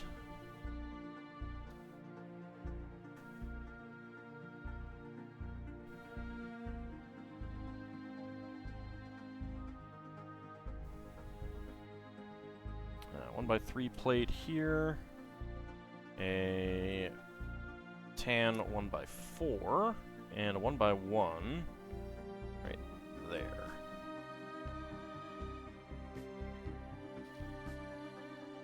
A little piece of lint on that. Alright, let's see. Next up, gray 3x4 half tile, and that will get right there to mark those stairs up. Imagine some Martian waffles.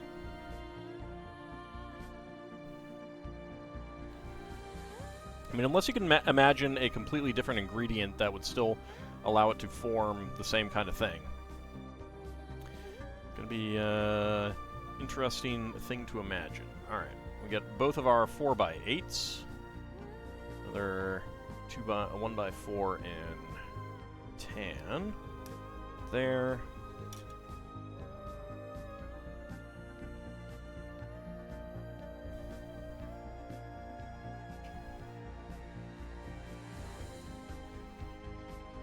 There we go.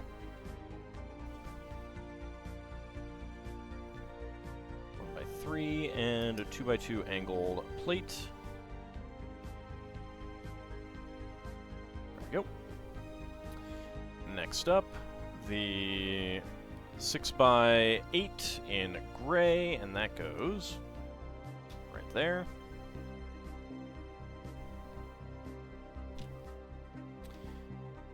Tan 1x2 slope. Think they'd be green? I don't know. They could be just about any color.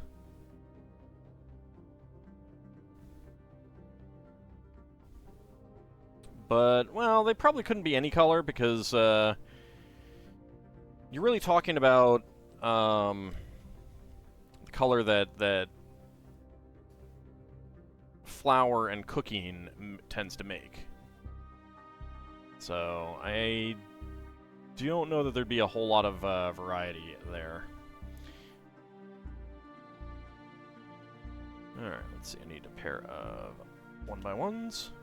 And here is where the 1x2 inverted half arch came from. Now let's go ahead and grab the one that we got delivered from Lego way back when. There we go. Pour that out. I don't need that bag anymore. I've had it sitting in that bag for like a year now. There we go. Get it there.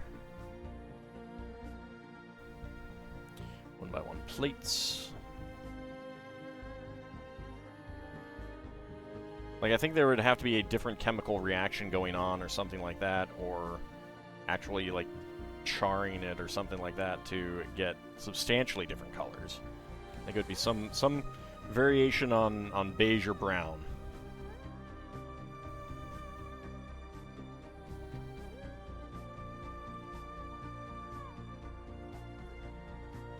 There we go. Alright. 1x1 plate, 1x2 plate. Another 1x1 plate right there. Another 1x2 brick and a 1x1 brick right here. 1x2 brick. Get our round top piece right in there.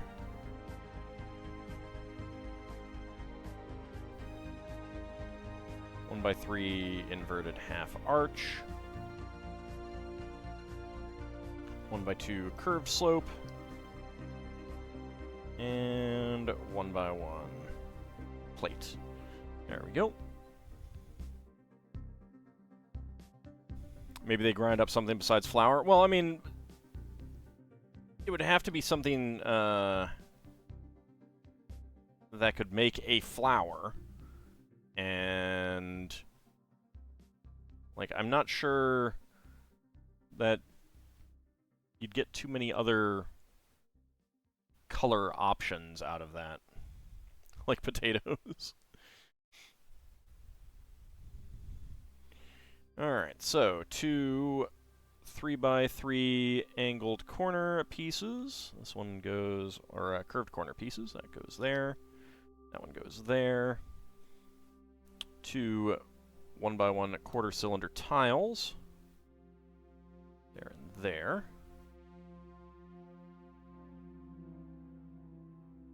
One by 2 curved slope right there. And 1x1 quarter cylinder tile right there. Alright, back over here. 3 sand blue 2x2 tiles with center studs.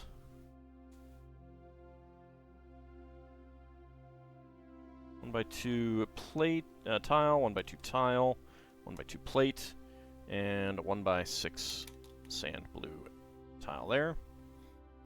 Howdy do, Darkwood. How's it going?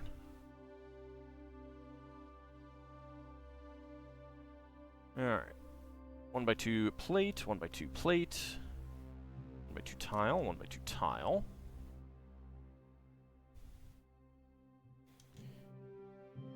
Pair of 2x2 tiles there, there, 1x2, 1x2, and then a pair of 1x1 tiles. There we go. It goes. Howdy, Mad Martin. How's it going? Does it also go with you? Alright, so 1x1 quarter cylinder tiles on either side here. Black 1x1 cylinder tiles with center studs. There's tan and 3x3. Rip Sand Red. I know. I want Sand Red. Sand Red is so good.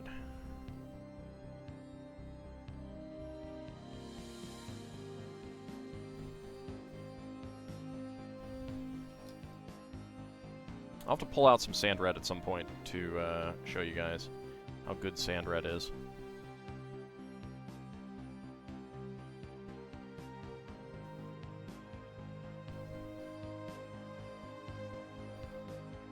There we go. And one by one there. Alright. You love the fishies underneath the ice there? Yeah, they're pretty great. There's also a smartphone.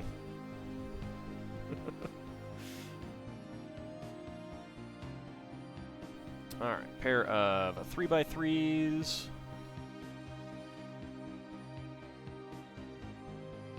There we go.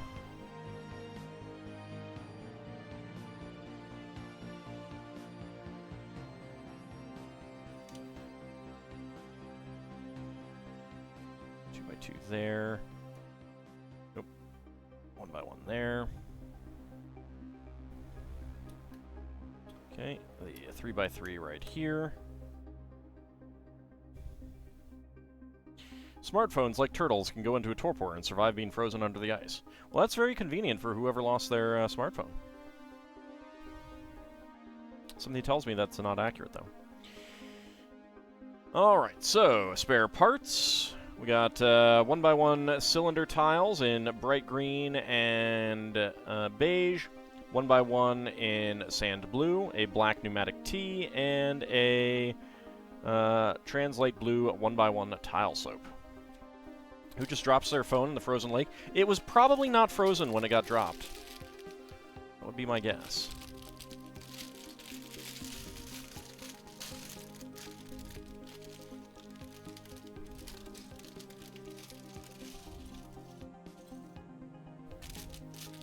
Alright, bag number 7.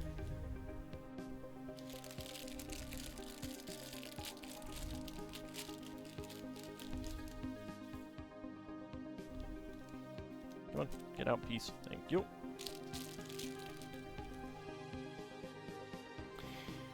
Alright. Let's see, do we have a head or hair in there? We do not. Hair, body, head.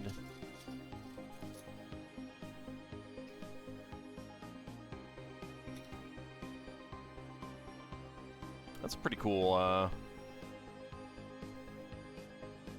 sign printing. Come on, focus. Focus camera? Camera.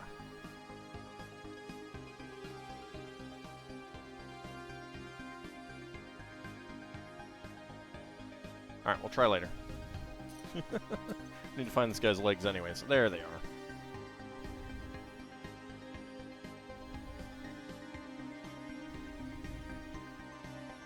He's got one face. He's a happy guy. He is a happy guy. You're gonna focus on this guy? No. Come on, focus. There we go. Alright, and while it's in focus, slide up the sign there as well. It's pretty cool. I like that.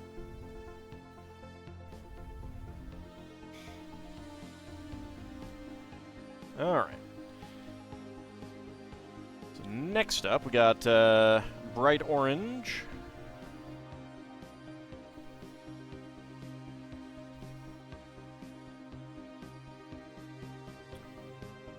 Go, and need another 1x2. 4 right there. Is there any truth to the rumor that LEGO is bringing us Barad-dûr? Yes, there is absolute truth. Might be able to look up the date of the current expected release date. Give me a moment. Did you see the pictures of the Medieval Market Village? that have come out today. Let me see if I can look up the release date.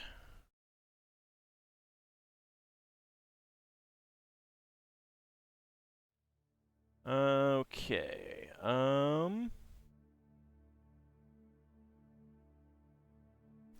June is currently the expected release date. That's subject to change, but that's what we're looking at right now for Barad-dûr. There's a new medieval market village with a dark gray goat. I have posted pictures on my Discord.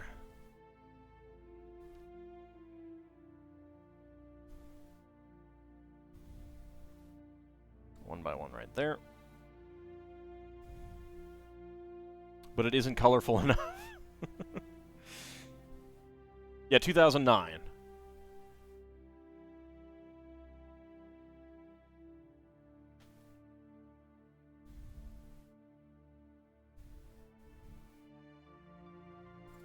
The buildings are very, very good.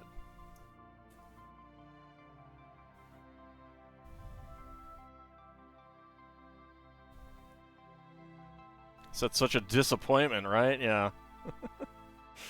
I wasn't planning on bringing it up, but I got into an argument with some people on another Discord last night because they were basically like, "Oh, I'm so disappointed. Oh, look at all these sets recently that LEGO has been disappointing us on. They're all so disappointing," and then proceeds to like list out some of the best LEGO sets that LEGO has produced.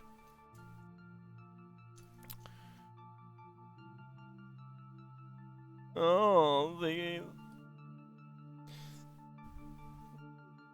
engine of the Orient Express isn't big enough, even though it's exactly the one that's used by the Orient Express. Oh.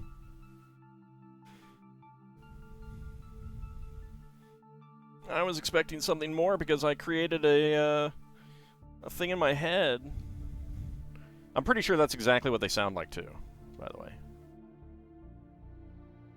They know they can just not get the sets? Yeah, but they wanted them, and now they don't want them as much anymore because the medieval village doesn't come with a cow and sheep and a horse. I will admit to having a bag of cows, so I'm not as concerned about a cow. I would like sheep, but it's a medieval market village. There wouldn't necessarily be animals running around. Are you correct in thinking that the Snow White cottage shares some parts with the medieval village? I mean, brick-wise, certainly. I haven't looked at it closely at the Snow White cottage because the pictures aren't super high-res. Yeah, that's the thing. Is like you can get a lot of those from like just Bricklink. Livestock are very important to Middle Ages life. Now, the Snow White cottage is like out of scale, if that's the kind of question you're asking, Lil Bunny. It is way out of scale.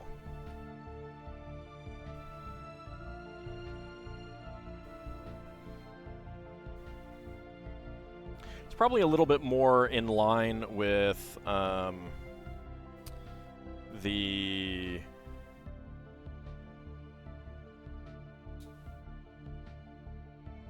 blacksmith and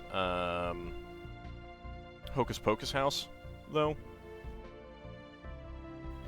10332, I think that sounds about right. I'd have to go look again. I haven't paid... I don't pay as much attention to set numbers as I used to.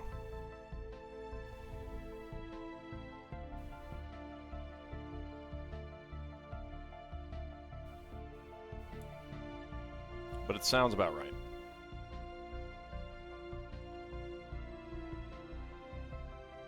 Well, the Snow White cottage is big. It's a big house. People are disappointed in the set as a release.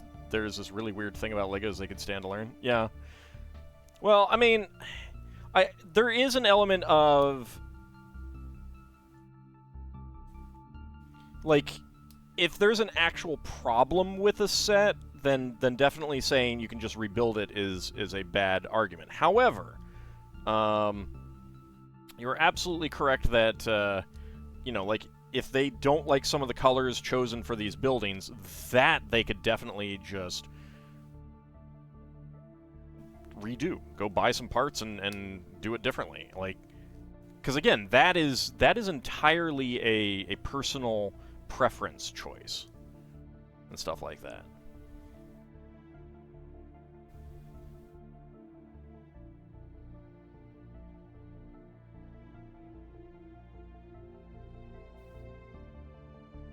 My issue is, like, I mean, I get being disappointed by something. Like, you could be disappointed by something without it actually altering the quality of it, you know? I was disappointed by the color of the Natural History Museum. That doesn't change that it's a really good set.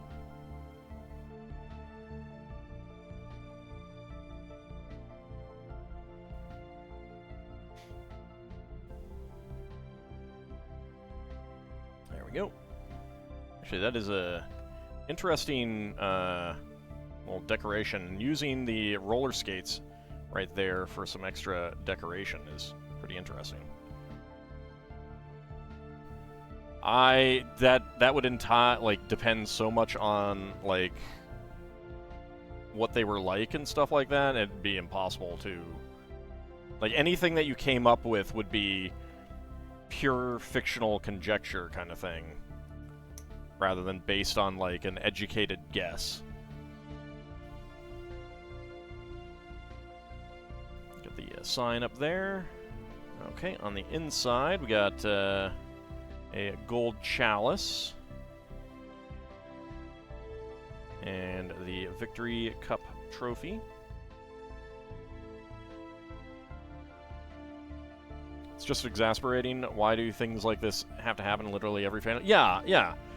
And, like, if you look at the Reddit where the information came out, like, the majority of the comments are, oh my god, this is amazing, oh my god, my wallet is crying, you know, this is so good, I'm so excited. There's a few that are like, kind of thing. And admittedly, it's really just a few people, but they are vocal on the Discord.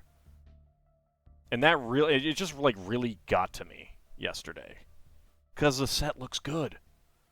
The set looks really good. I don't even see, like, I mean, I can understand maybe wanting a more colorful set of buildings and stuff, maybe, but I don't care. Like, I would have been kind of surprised if they had anything other than, like, you know, half timber looks to it kind of thing. Considering how medieval buildings were made.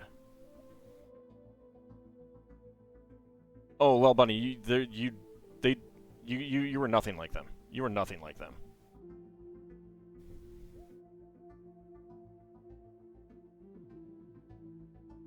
Like, there is no comparison.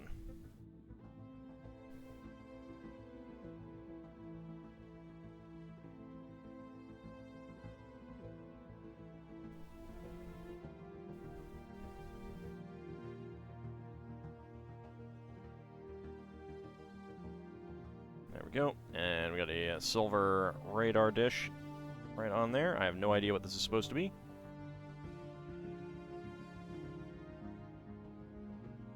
There we go. Maybe a bell for a game? I don't know.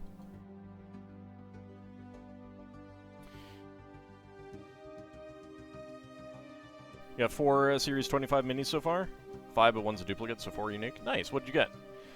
Also, when this door came out of the bag, I was like, hey, it's like cream pudding or banana pudding. There we go. And dark red doorknob. Get that right in there. Get out of here, Nat. You have Noir Detective, Paralympic Medalist, Kettlebell Lady ×2, and Train Kit. Ah, did you try using the non-QR code on the bottom to try to identify what you had? Or did you just grab some? Nice selection, but they're not a goat. So I do have a funny story about... Because I've gotten a few...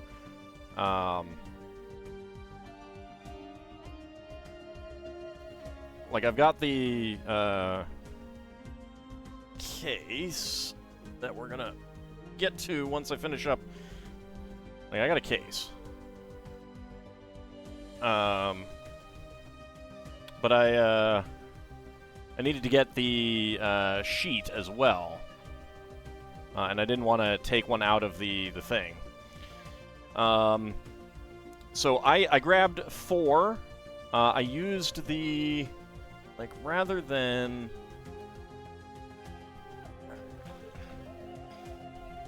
You did not? These are bought for you? Ah, fair enough. So, if you have the large code, this is not a QR code. It's a matrix code. You can use those. iPhones will not automatically read those. There's a couple websites, I think, that'll do it. I'll be checking them when we get to that point. But if you get the small one, then you're out of luck. I used the numbers down here and made sure that I got 4 that were different numbers, because I figured, you know, I didn't have my scale with me and I didn't have the numbers for it, so I was just like, you know, whatever I get is cool. I just need a sheet. I went with 4 numbers to just try to make sure that I got different ones. And I ended up with a Barbarian, Basil the Batlord, and 2 goat herds. No weight. I did not weigh them. I just made sure that I got different numbers on the bottom. I did, like, kind of feel them to see if they were heavier. And I got, like, my favorite ones. And 2 of the goat herds, the ones that I would want the most of. I was shocked when I did that. You really want the Bat Knight and the Purple Harpy? Yeah, they're. I'm not as keen on the Harpy. I wish the Harpy was like brown. Yeah, the goat came with 2 different numbers. I was surprised. I mean, so those numbers are they're production codes. So it's like the day that they're made kind of thing, and production line and stuff like that. So it absolutely can be exactly like that, where the same fig has different numbers, because it's just indicating, like, it was manufactured at this plant on this day, in this run, blah blah blah, that kind of thing. It's a cute little sign tile. Look at that. Look at how cute that is. So I got just absolutely incredibly lucky. Like, I knew I had cases coming, so you know, I would have rather had ones that I wanted a lot of, like the goat herd. The Barbarian has a really cool sword piece, so that's the one that you want to? Yeah. Oh, or her, like, she's got a 2-sided head and a great hair piece as well. The sword is actually the sword from the Dreams line, but not trans purple for the blade, which is interesting.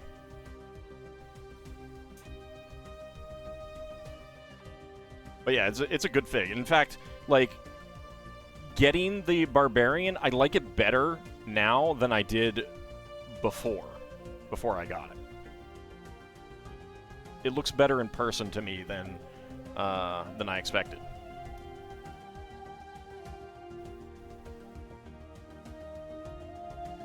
But yeah, it was pretty crazy getting all of the ones that I want the most, and in the most quantity. And nothing that I didn't care that much about. Super lucky. There were all the small small matrix codes that you can't use to identify what's in them.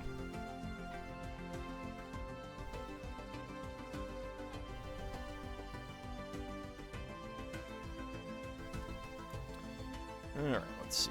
one by one cylinder plates. Yeah, I haven't decided exactly how I'm going to go about handling those Series 25s, though, when we get them open.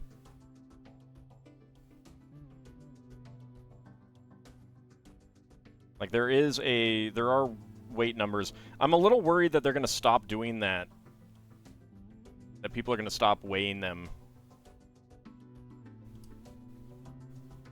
Can't fondle them, I know. Well, we did the Marvel Series 2, which were in boxes as well, and I weighed them. And I can do that, and then I can use, like, the QR code before opening it. Or not the non-QR code, the Matrix code. Yeah, I just would have preferred the Harpy in, like, normal bird colors kind of thing. You know, brown or gray or something. That's how I picture Harpies. But the fact that they did a Harpy in this line could indicate that we'll get a fantasy set with Harpies down the road or something like that, so...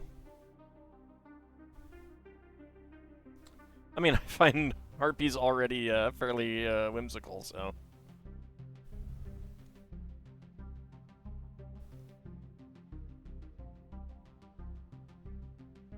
No, I mean, they're, like, for this set, there are weights. I do have that.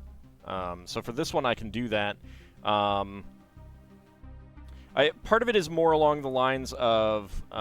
so, let me get the box down again. So, like, it's a deep box because they're in 2 layers. In fact, let me go bring the camera up this way. So, like, there's a layer here and there's a layer here. Half of them are randomly up here, and the other half are randomly down here. So I don't know how I'm going to do that. If it's going to be a thing where once we get half of them, we move on to the underside, or I could take out a bunch, like I could dump them all out in, like, a bigger box or a bag and grab them out of there. It's just like, I don't know how I'm going to do that. So if people have a preference, like, I can't just grab any, like, one and have an equal chance for all of them. If I grab from the top row, I have an equal chance of half of them.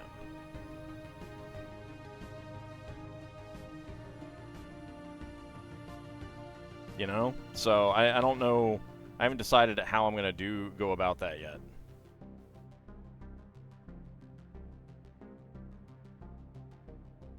I am open to suggestions, however. Not that that is a, you know, you don't have a preference, or if you don't know, it's perfectly fine.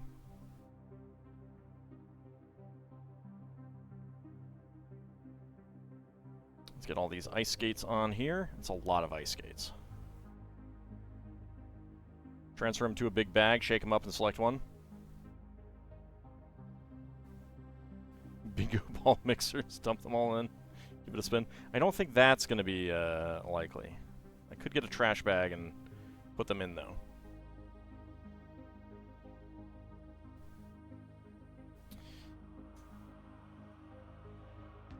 Alright, so... this goes under the window there.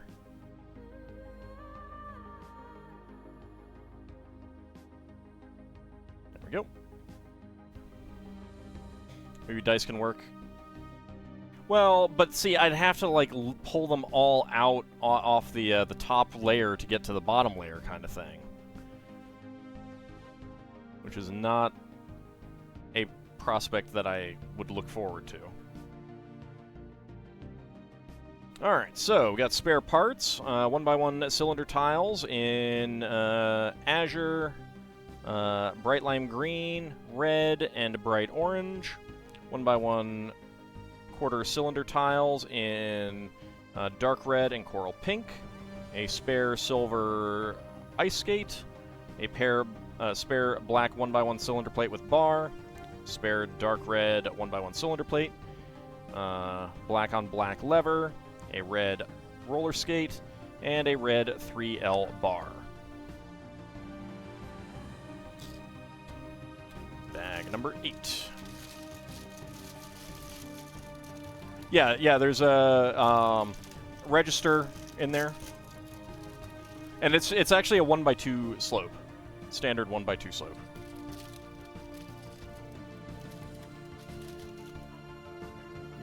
Gonna zoom in on that if I can. Let's see.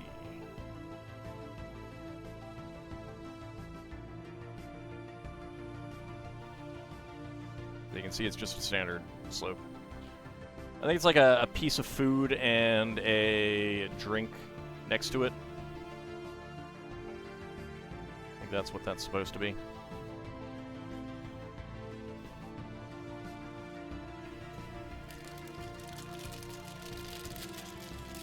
Yeah, there's a little shelf over it, kind of hiding the stud.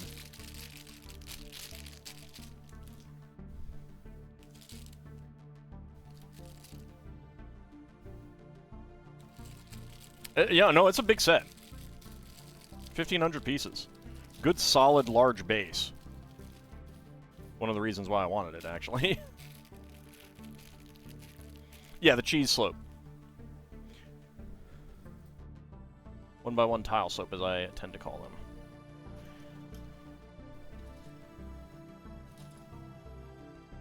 Alright, let's see. 4x6, brown, 1x1, and 1x2 slope. Yellow, 1x2 plates with top clips.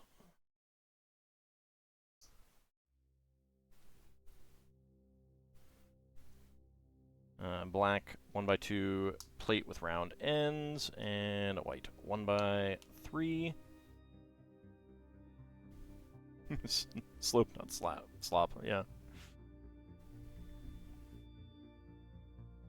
No, I mean even Lego acknowledges the cheese moniker for it.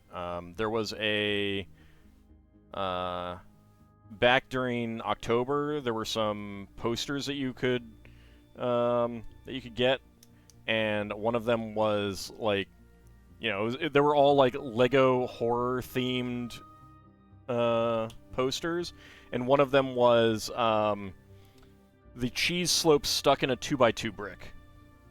I don't know that I have any in here. They're notorious for slipping in there.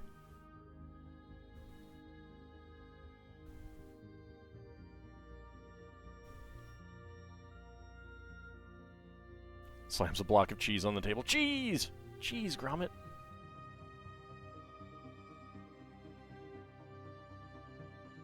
Well, I mean, it has a different print on it, so that's something.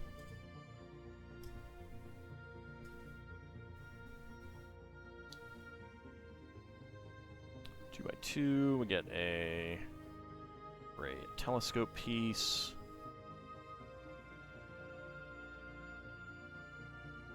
Dark orange 1x1. And a clip.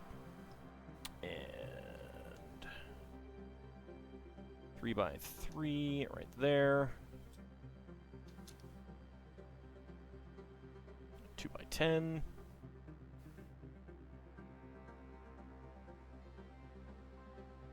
Let's see, 1x3 there.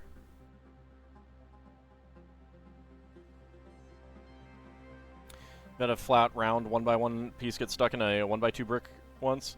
It was annoying enough to get out already. Yeah. Well, so those can slip into a 2x2, like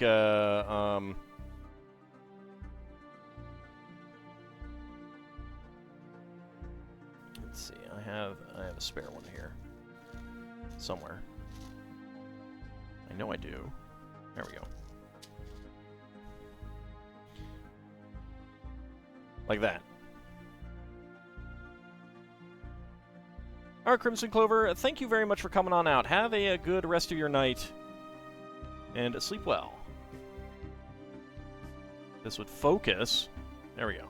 See, like, this is pretty, that's pretty solid. That is pretty solid.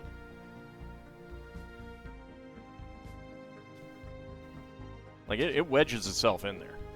You looked it up. The first, the New Year set that caught your eyes is 80113 Family Reunion Celebration. Oh, that is a really good set. I'm really excited to build that. I really wish that it had been a modular, but I also get them not making it a modular, because that would have made it a lot bigger. It's so good. It definitely deserves the modular rebuild treatment.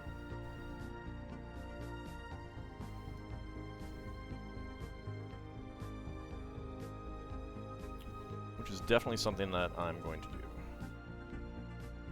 That is not the way that it goes.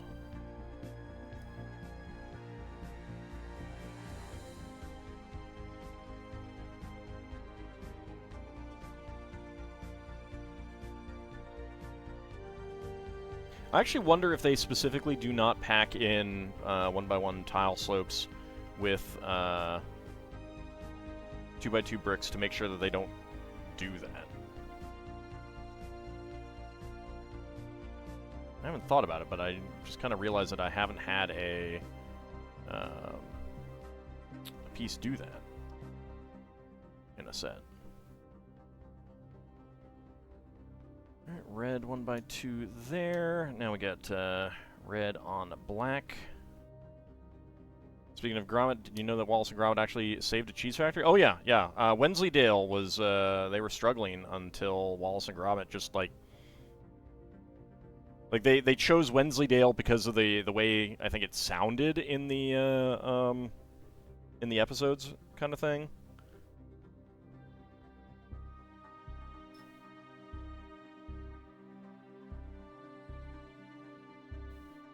All right, let's see. Get some corner.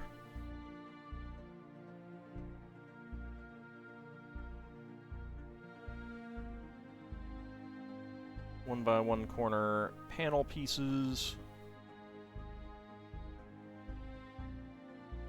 And it was interesting to animate the mouth movements. Yeah.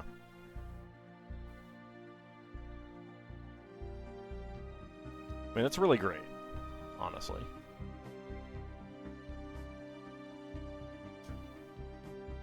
Alright, and then we get the dark brown.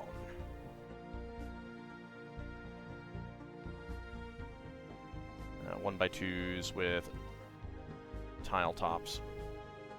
There we go.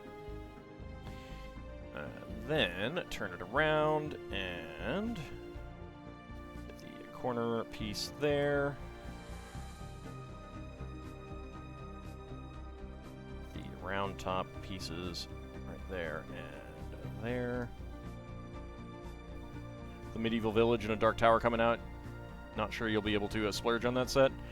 So, then I would say definitely wait until the end of the year, because last year's, like, they don't want those around for more than a year. So it is fairly likely to go on heavy discount at the end of the year.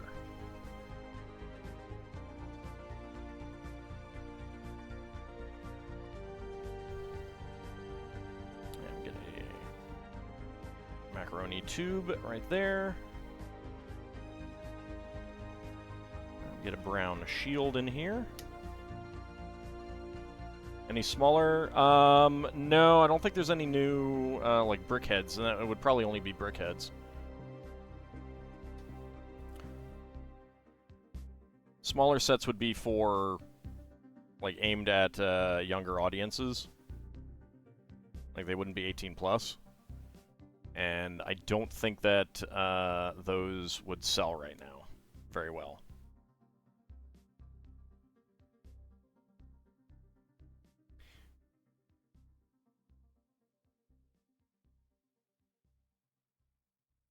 Like, they could make one, but they'd probably produce it in relatively limited quantities. Pardon me.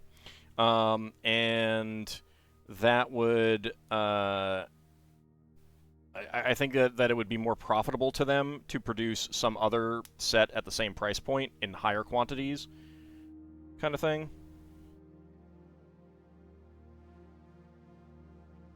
Oh, whoops. There are brown ingots to get on top of here. Whereas the brickheads do have a collector market.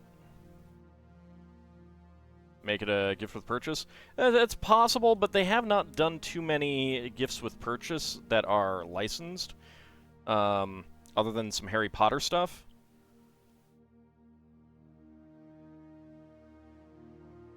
If they were going to do a gift with purchase for Barad-dûr, which we're far enough out that we have no idea what any potential gifts with purchase might be at that time.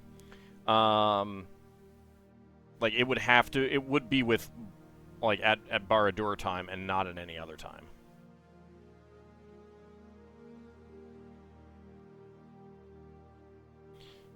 There is some thought that LEGO might produce another one of those because the map in Rivendell, I can't remember what it showed. I don't think it was Orthanc.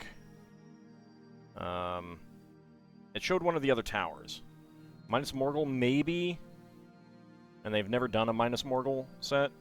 So there are some people who think that a Minus Morgul set might be coming based on that.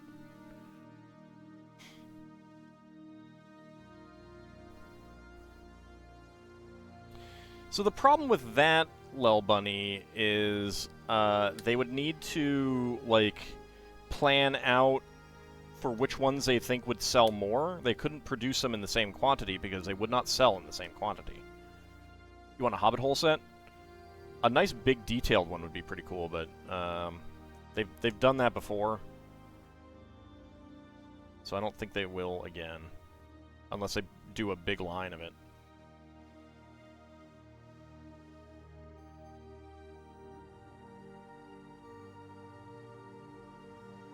Well, yeah, I mean, the thing, Lel Bunny, is that, you know, they don't arbitrarily decide to produce these things, kind of thing, you know?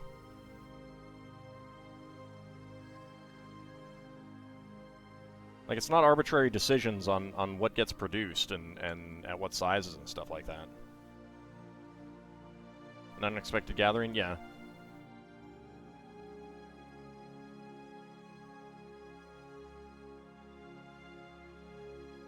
Unfortunately, I don't think that set is really affordable right now. If you want to get it on the aftermarket.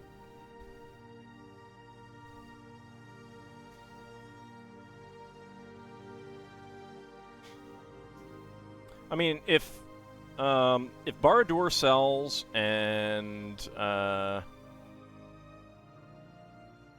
they decide that there's a market for more, then there's definitely a chance that more large, high-end Lord of the Rings sets will be produced.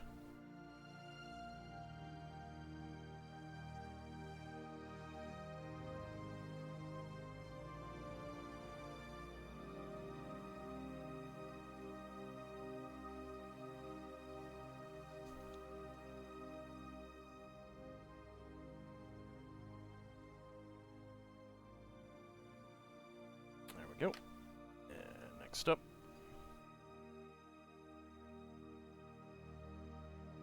A whole lot of food.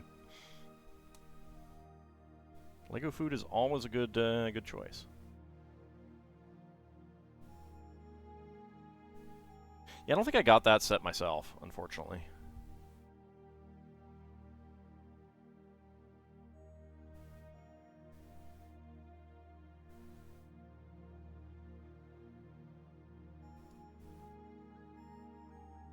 I think there was one for, I feel like there was one for, the Fellowship of the Ring as well, but I could be mixing it up. Alright, let's see. So we got our wedge plate, our shield. The shield gets right in here.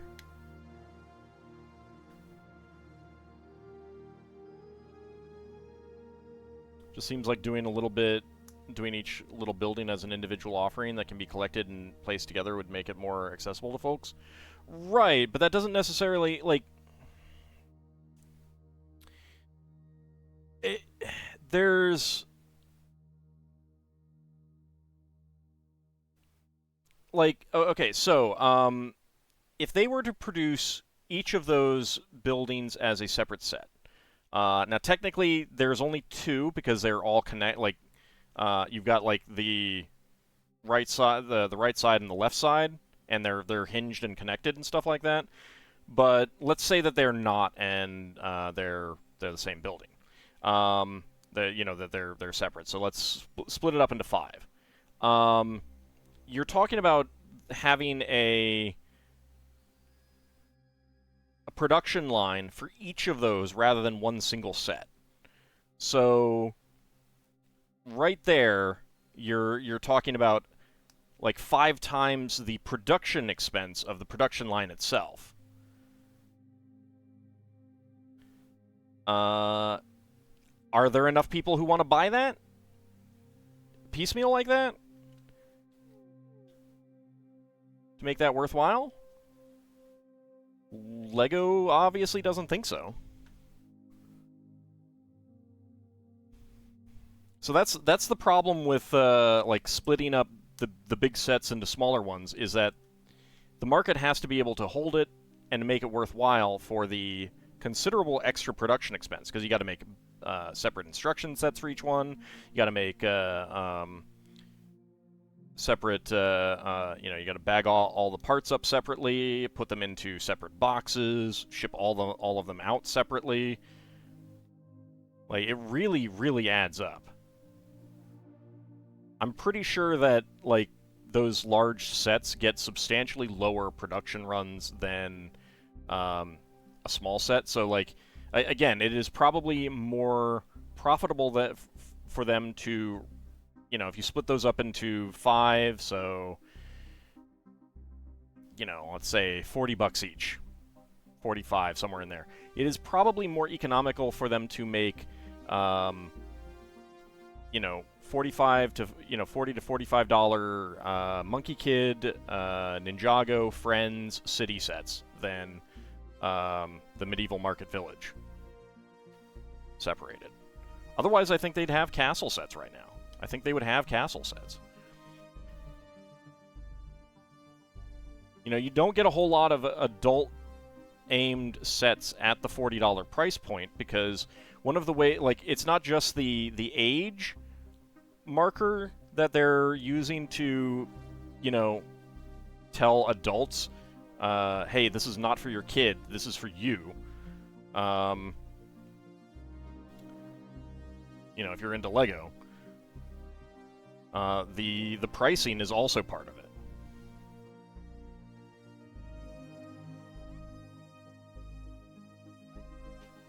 So I think it would end up being very, did I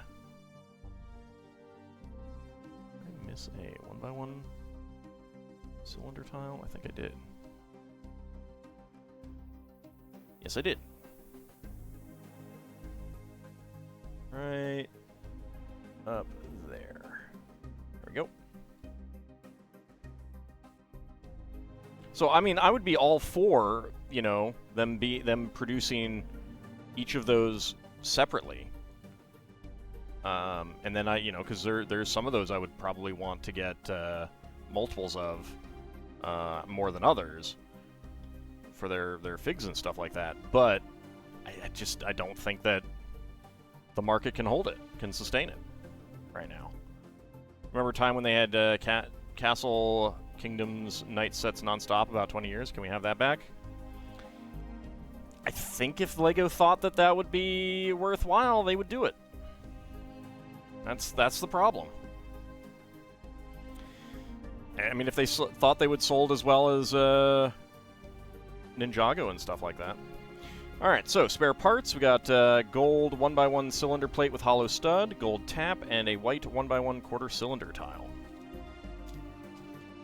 I mean, it sounds like, I haven't heard anything like official, but people that like there's talk that the Dream sets are not doing as well as they had hoped, and like LEGO put a lot of effort into that.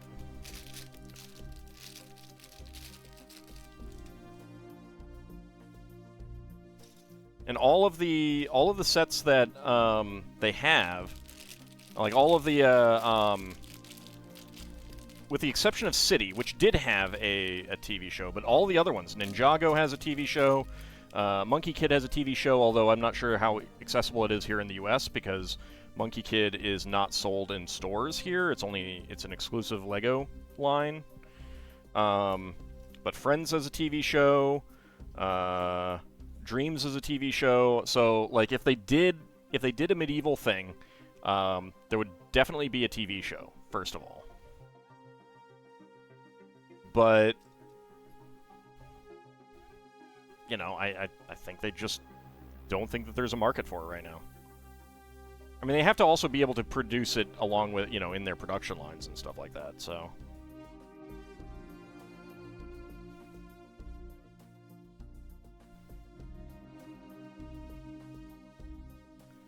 Like, with the caveat that, of course, you know, mistakes may be made by the company, and obviously, like, if Dreams isn't doing well, you know, it's always a crapshoot when you produce a set. I'm just inclined to say that LEGO knows basically what it's doing. Certainly better than me. Better than other people who don't work in, you know, marketing toys and stuff like that. Let's see. That is that guy's face. Yes. There we go. Actually, wow, that is a classic hair piece.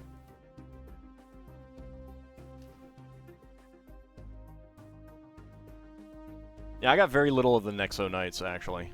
Very, very little. That is the classic hairpiece. And he has a nice big camera as well. Look at that camera.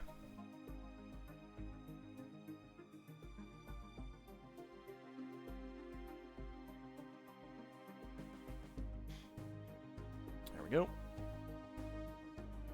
Alright, next up we have the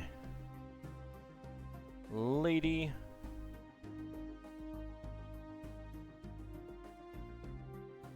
You're sure old blocks will take off soon? I would never do clone LEGO. I would never sell a clone. And she has a Rocky Chunk. I think it's supposed to be like a breaded dumpling or something like that. Come on, focus.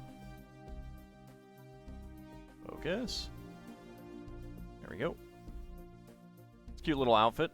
Got a fanny pack there to hold her cash.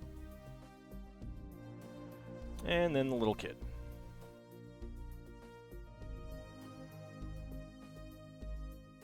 Make him happy. You'd be surprised, but there we go.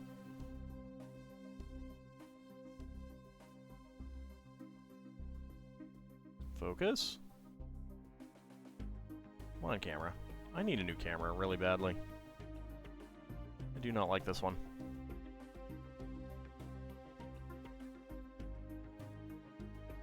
It was just like, it was like too technological for me. There were definitely parts in it that I wanted, but it was like I gotta get all these other parts that I don't care about. There we go. Now it is focused.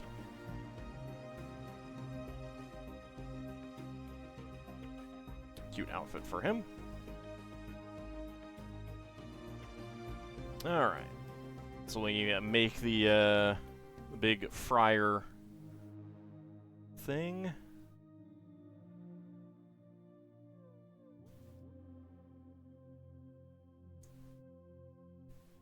I mean, so, like, one of the things that really annoys me about some of the people on that LEGO Discord is that kind of thinking of, like, LEGO should do this, and obviously it would do well because I want it, and obviously if I want it, then so do most other people. I may be arrogant, but I'm not so arrogant to think that everything that I want is what, you know, the average people want, or the majority of people want, or something like that.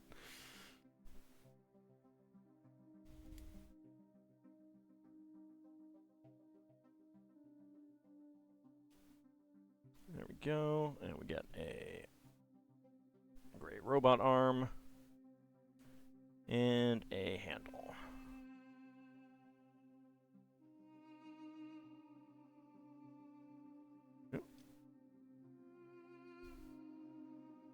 Let's do that. There we go.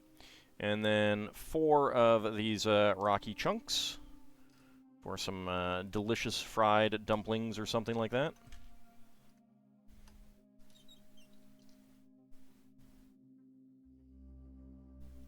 There we go. I have not advertised my stream there. There is like an advertising channel, but it's generally for like people have been posting review videos, and one of these just went on the floor. So hold on.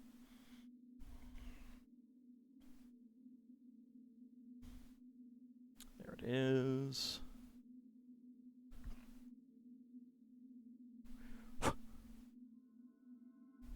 There we go.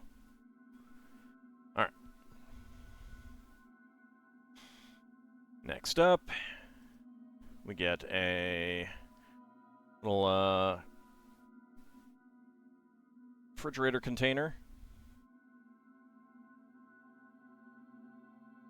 I mean, LEGO Spelljammer is certainly possible with LEGO having a license to produce some D&D stuff. Is there a... Okay, yeah. Red and dark brown. That is dark brown. Get that in there. We got turquoise and bright yellow. There we go. And then trans blue pearlescent with bright green. Right there. And get that on there. Alright. And that goes over here.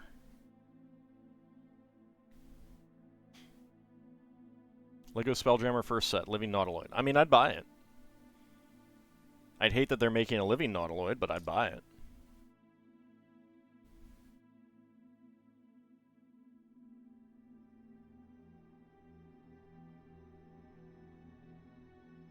Clearly, LEGO needs to make more cute griffins for you. They make Buckbeak. There's Buckbeak. Like, that's one of the good things about the Harry Potter sets is the variety of like fantasy creatures that you can get out of it.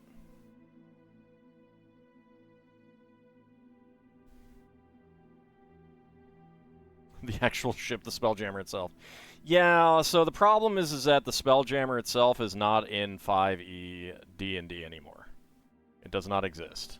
I mean,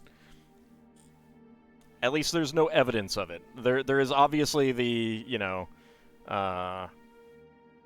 absence of evidence isn't evidence of absence, but when their basic point of view is it's not canon unless we say it, that is evidence of absence. Of course it exists, they just haven't revealed it. I mean, but that's the thing, is like it doesn't exist until they reveal it.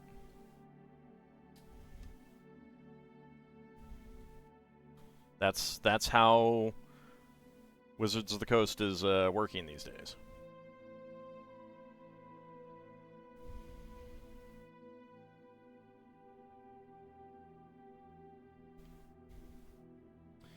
Alright, let's see. We got a garage door piece there. We got 2x2 half tiles.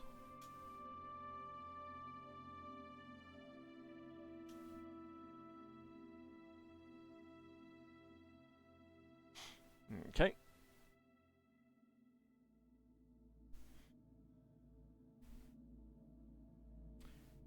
Two by two angle plate there. 2x2 angle plate right there. Get the 3x3 right there. But yeah, I mean, it frustrates me that there is so much, and I don't think that like that is not covered and stuff like that, and I don't think that it will get covered. I don't think that the Spelljammer set did well enough to get more material. I think Wizards of the Coast also looks at DM's Guild as their support system for settings, as opposed to their own writing.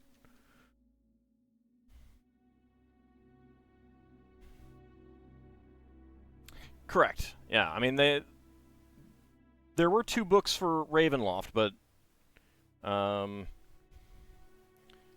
that was very much a one-off, it seems like.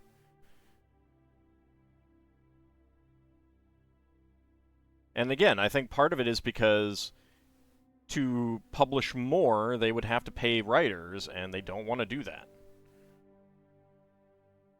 And they see, like, they've got DM's Guild. They can just let people produce their own stuff. I think that's kind of how they see it.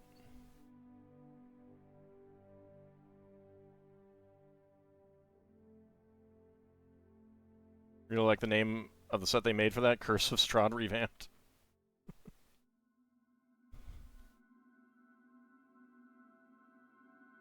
Alright, let's go ahead and move this over here so it's a little bit more on screen. I hadn't even paid any attention to it.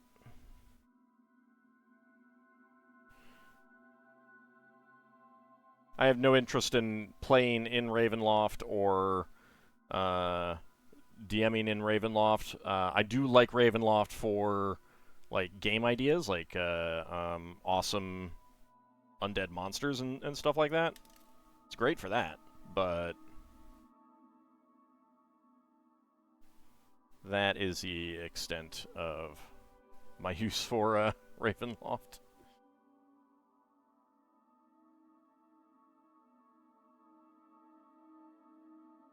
They would need more non-AI art. So, I mean, like, keep in mind that that was a vendor that did the AI art thing. And then the AI art, you know, the one artist who got caught using, like, AI enhancement. Like... I don't see that the Wizards of the Coast has been especially bad on AI art. If anything, they've just been slow on the uptake. Like a more artist-oriented company, even though, yeah, they're pretty artist-oriented in terms of what they produce, but one more oriented to the needs and views of their artists. Would have banned AI art earlier and stuff like that, but like they haven't like gone out seeking it.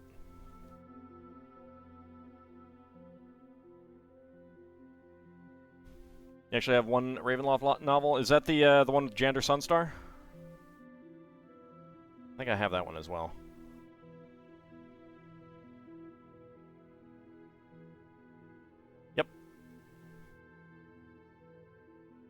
I will say that, like, there is some really interesting stuff in Ravenloft from the perspective of some of the other campaign settings. I think one of my favorite things is there's Gondegal, the Lost King of Arabel. He was basically a guy who rebelled against Cormyr, tried to set himself up as the king of Arabel, and his armies got defeated, and he vanished. Well, he ended up in Ravenloft, and he turned into, like, basically a crusader for good there.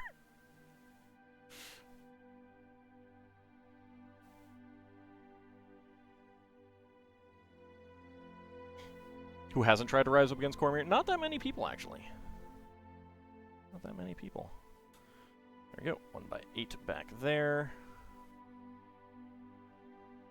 1 by 10 across the top. Alright, and we need to get the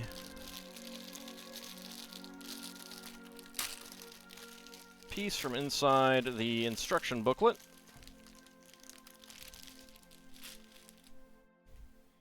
So we have 2 sides. We got tigers, or we've got a tiger minifig and an ice minifig. I think we go for the tigers. Slide that one down in there.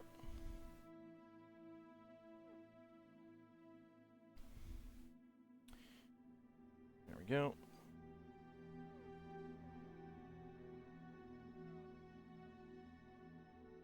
Some war wizard leader named Draxus, something like that. Luthax? I don't know, that doesn't sound familiar to me.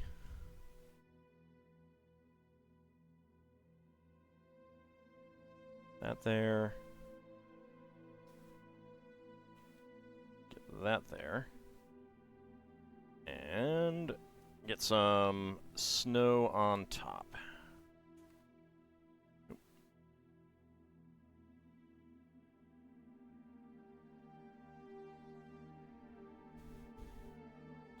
Alright, pair of 1 by 2 curved slopes here.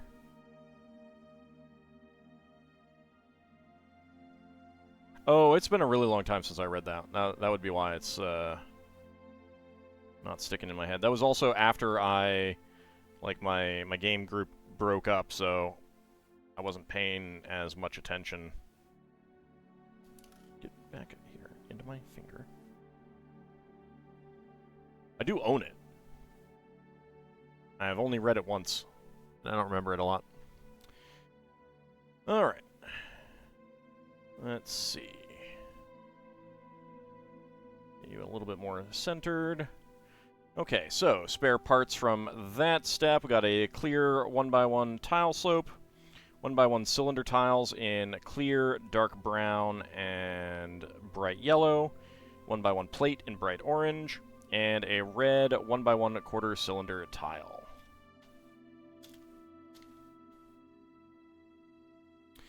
Alright, bag number 10. Oh, and a dark gray robot arm.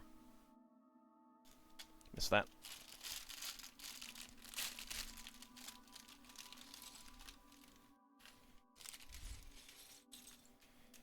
There we go.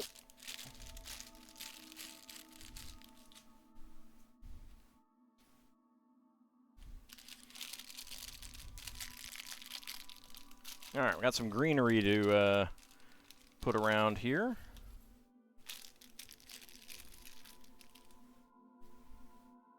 Get our black whip. Get the orange fishy. It's weird using the whip for a fishing rod. And we have a guy who is very clearly a reference to the leader of the Ice Planet sets theme.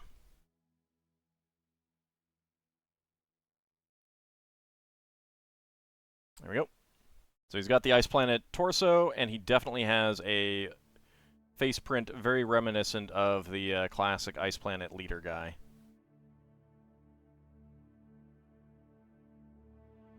Yeah, especially when they have a fishing rod element. Come on, focus.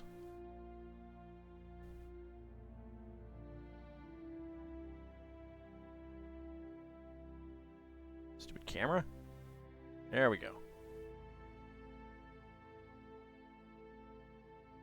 So he's been demoted to fisherman? Yep.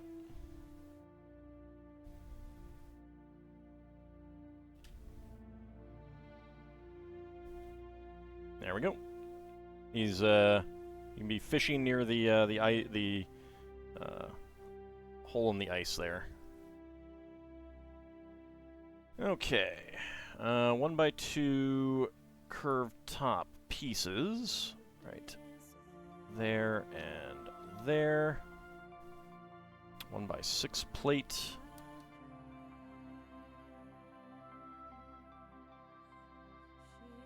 Let's see, is that... Yeah, dark red. Or no, brown. And a tan 1x2 plate.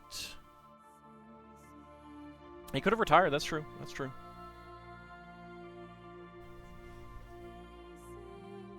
Alright, 1x2 tile with center stud, 1x4 tile.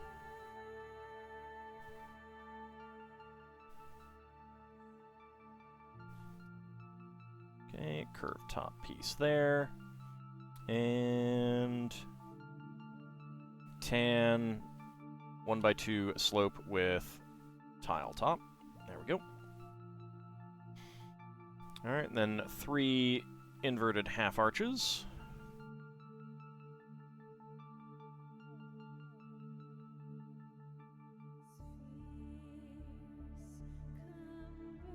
A 1x1 plate. Not that. That has a tooth on it. Right there. Oh. I missed a 1x1 plate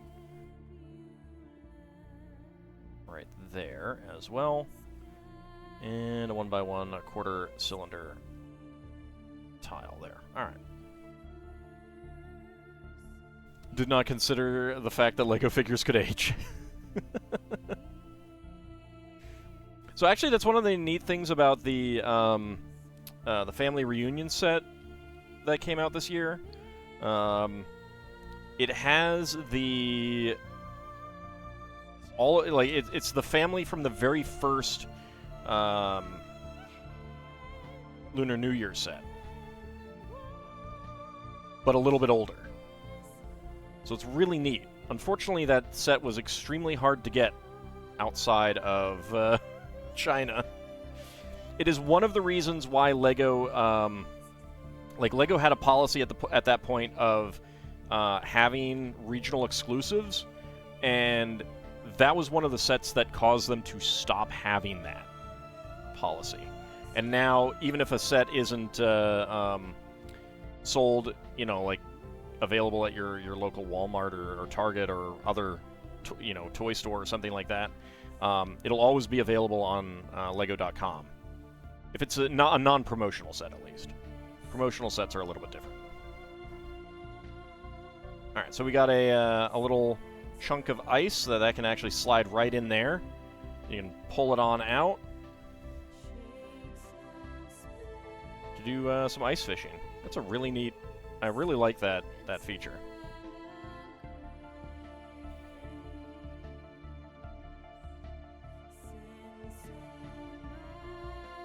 Yeah, so it was pretty clear that the intended leader of the Ice Planet guys was the old one. Let's see, that goes right there. A little seat. And a drink. I don't have anything with Ice Planet right now, but if you go look at the minifigs on like brick set for Ice Planet, like look at the big sets. He should be in all of them.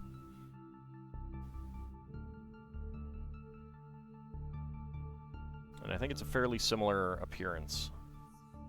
There we go. I get that.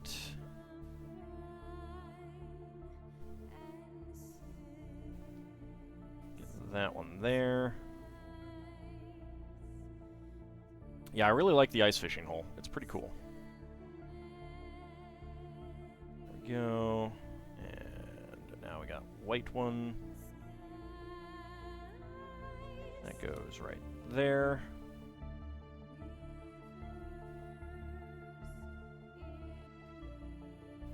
Okay, pair of 1x4 slopes, but first, 1x2 with side stud.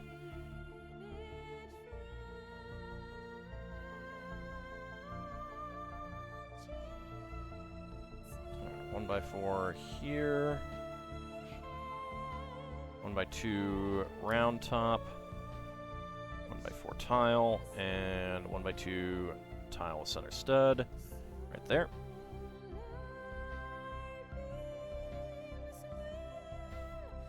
Right, another 1x4 right in front.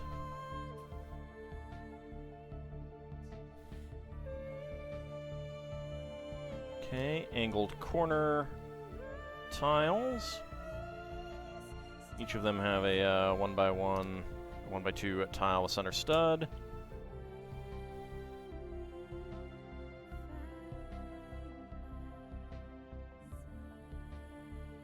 Like, one of the people that I frequently disagree with, shall we say, on that Discord, like, one of his things was, like, why don't they, why is the Vampire Knight from the current,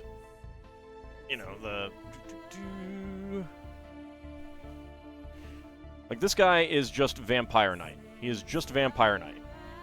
But it's pretty clearly a reference to the Batlord from Fright Nights. And his complaint was, why didn't they call him Basil? And it's like, kids wouldn't know. And if you're old enough to know what Fright Nights are, then you will recognize him for who he is. You'll recognize what he's a reference to.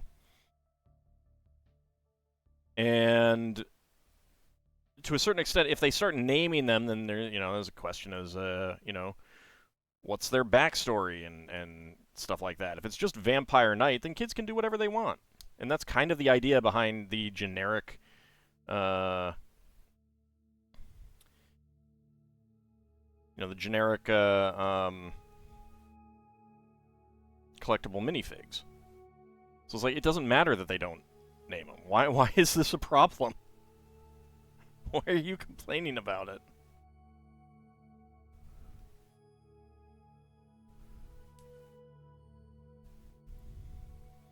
He was also one of the people complaining about the medieval market set, and I called him jaded and cynical, and like, I'm the one saying that this is a great set and stuff like that, and people are letting the enemy be the letting the perfect be the enemy of the good, and he's like, responded to something that I said and was like, now who's the jaded one? And I'm like, what the hell? We are on number 10. We are on number 10.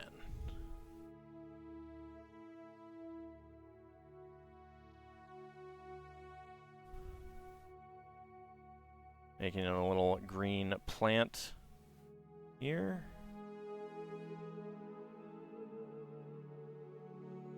Jaded? I'm not jaded. My birthstone is ruby.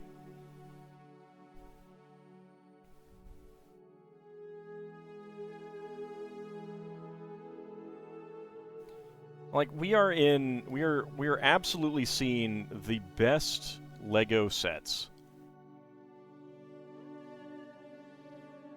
Still think Magisto is incomplete until he has his spell component pouch again.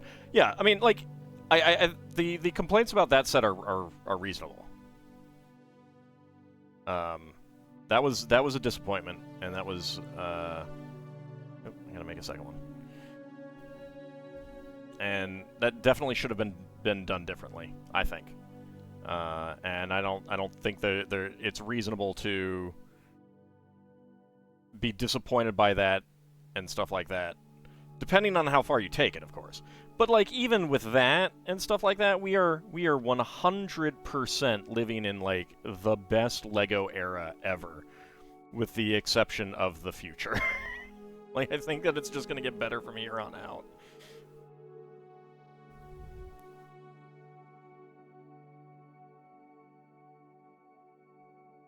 And like two of the things that he brought up was the Jazz Club, which is an absolutely gorgeous building with a great premise and great design, great minifigs. Need more architecture sets. Yeah, no, I would be down for that. On the other hand, I also spent a lot. The next one is going to be Notre Dame, which is pretty cool.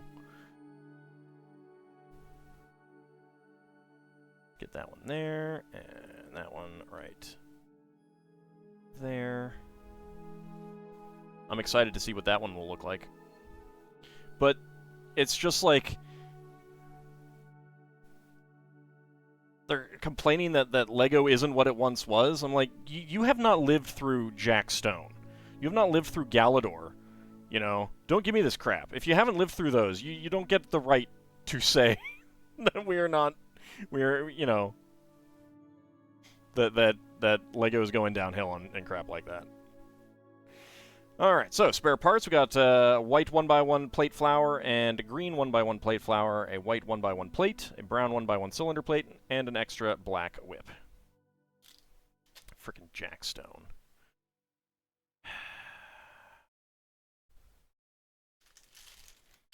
Alright, bag number 11. Lots of trans light blue in here.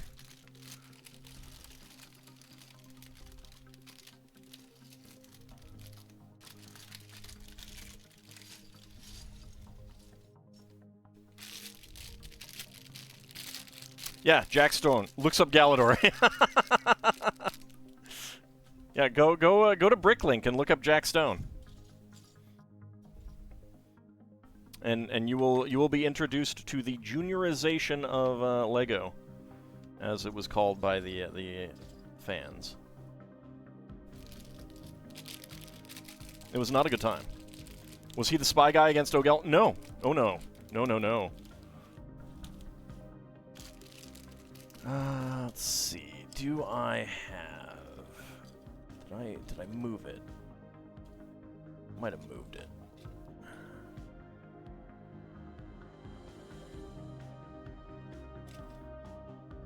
I don't have my my Jack Stone figure around here. Right, no, it's downstairs. Wasn't Jack the non-Indiana Jones? Nope. Mm-mm. Nope.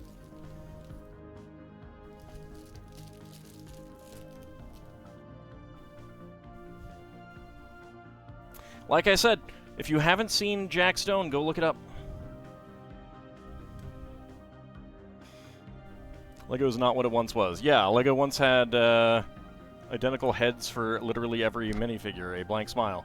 Lego once had yellow castles. I'm sure all can list the other ways that Lego isn't what it once was. Yeah, and some of that stuff is not, you know, like, you can have nostalgia, reasonable nostalgia for them, but you can't, like, some of these people will say that the best Lego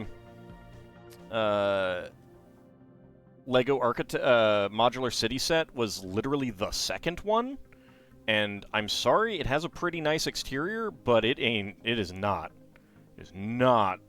what the current ones are. Come to think of it all, who is the head agent of agents? I do not know. That was not one of the ones that I was big into. Got our tiger suit guy. This was for the year of the tiger. If the frickin' camera would focus. What is up with it? Who is not Indiana Jones then? Oh, that one is... of course, my brain wasn't on that, so... I'm blanking on it right now. It'll come to me, though.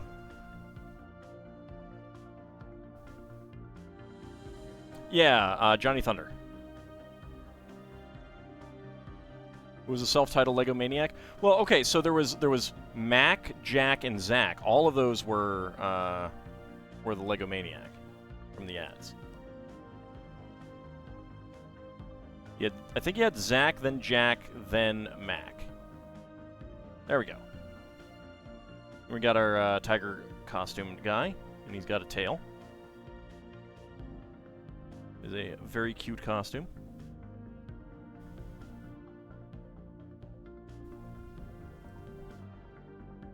Alright, let's see. 1x2 with center clip.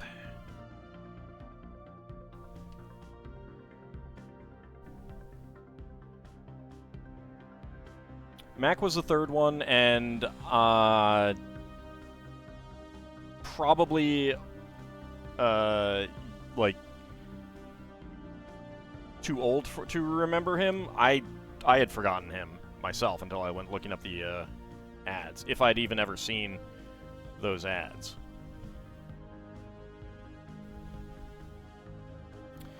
Alright, let's see. 2 clear 1x2s and a third one.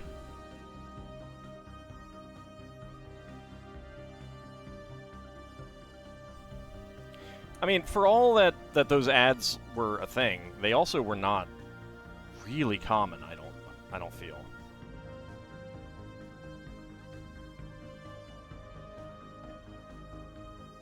Let's see, 1x2 clear brick, 1x2 clear slope. I love all of the clear pieces that you get in this set. It's one of the reasons why I got it.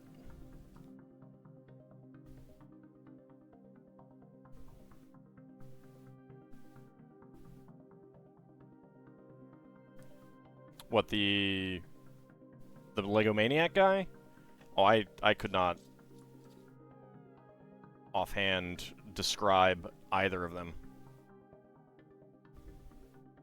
But yeah, I mean they were pretty clearly, I mean like they were your pretty standard late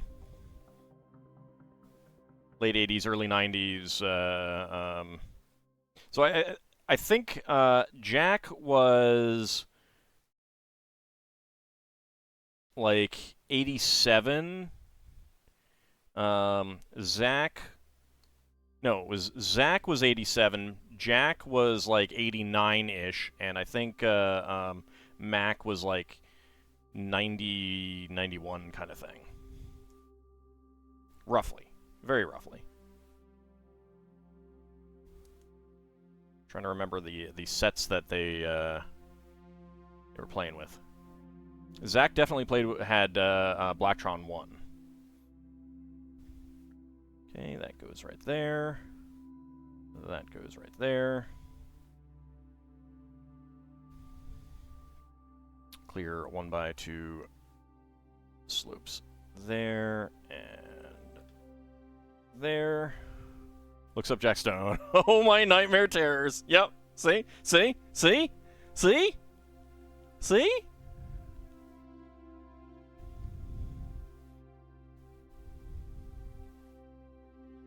You do not get to complain about LEGO not being great today if you have not lived through that. I'm sorry.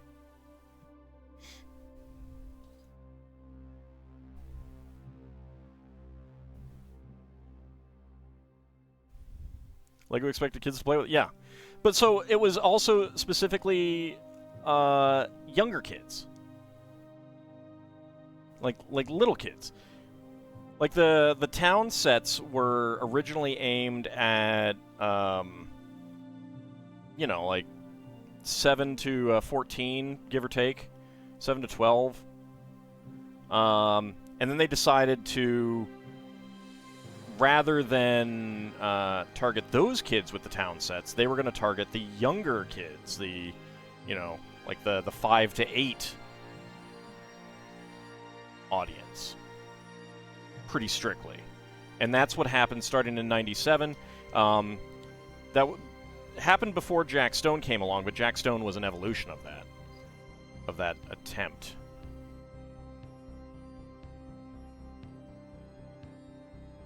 But if you go look at, like, town sets from 97, 98, they're bad.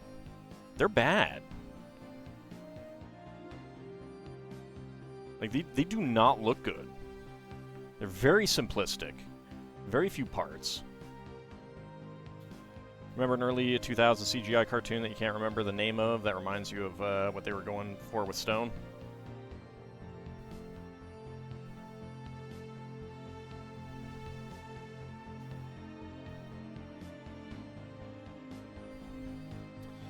Let's see. And that is just right there.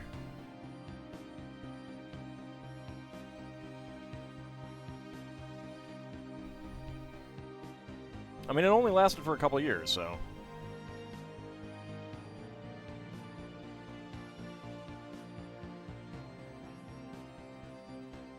Oh, I don't know. I'd have to look at a picture.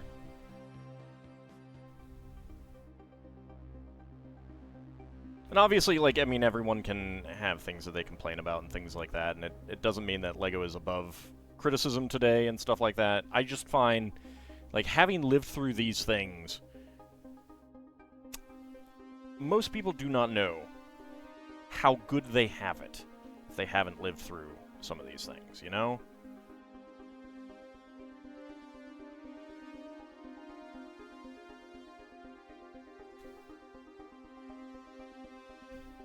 Because those were bad. Like, if you were a LEGO, you know, if you were like a 12-year-old LEGO Town fan the year before those came out, you had some really good sets right before that, and then you'd be like, oh, I'm so excited about what's coming next. And then you see it, and you're like, what? Because LEGO basically left you high and dry. You know, never mind an adult fan.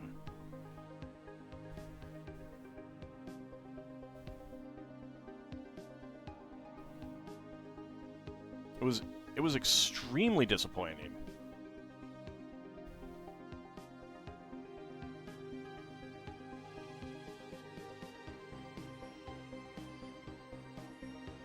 Good old days weren't always good, and tomorrow ain't as bad as it seems. Yeah. Let's see which one you shared. Yep. Yep. Jack Stone. Yep. Mm-hmm. Mm-hmm.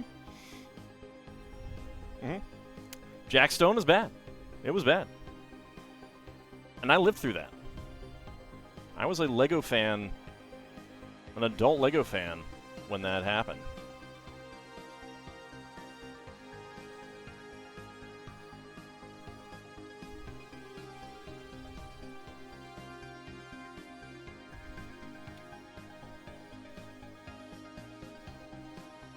I mean, obviously there were also some people who went too far at that point too, by saying things like made them consider getting out of LEGO entirely, as did the unannounced color changes that LEGO publicly said after the fact. We hoped no one would notice, but. I mean, it doesn't surprise me that he'd drop a new song. He's like, he performs at like Madison Square Garden all the time. He's like got a regular show there, so I could totally understand him getting back into the recording booth.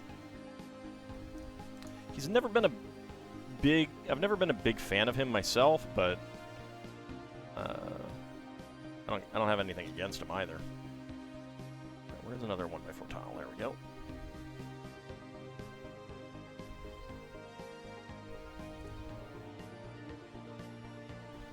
Yeah, it would be way better if they had just been upfront and said why they were making the change. You know, the changes. I wouldn't say that they were like they were the most agreeable changes, like reasons for it, but it was understandable, at least. And it was basically, they felt that the old colors were too drab, and they were using the colors more and more, and they didn't want, like, they wanted the colors to be brighter and more cheerful. I get it. I don't know if it made that much of a difference. Maybe it did, maybe it didn't. I certainly have not, like, no way of saying yay or nay to that. But if they had been upfront and said, hey, we're doing this and this is why, at least it would have been understandable. And now, all of that said, I think that they did learn from that event to be more transparent.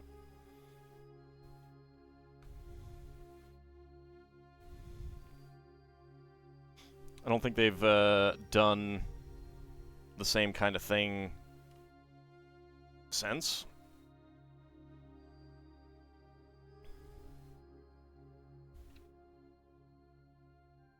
Alright, let's see. Pair of 1x2 bricks right back here.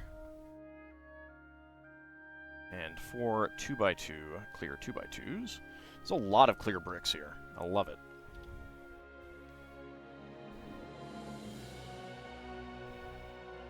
It's odd with you. Normally, with any band or artist, there's a few songs you like and a lot that are just there.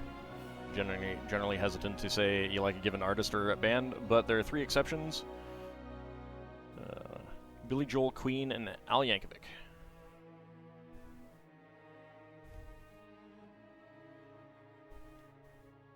I'm perfectly happy to say that I like an artist if I like a few of their songs.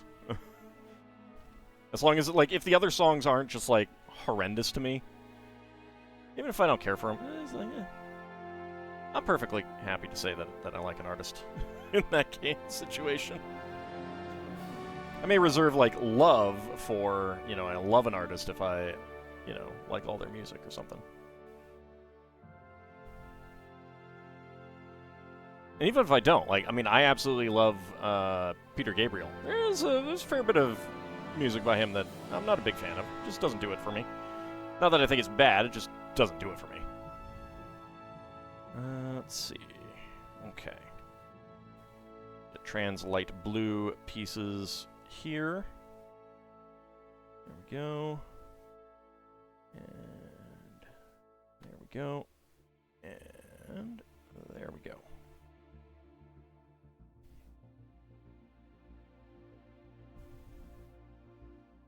Alright, and 3 trans light blue 2x2s. I've been into music since I was a kid. Probably partly because of my father's influence.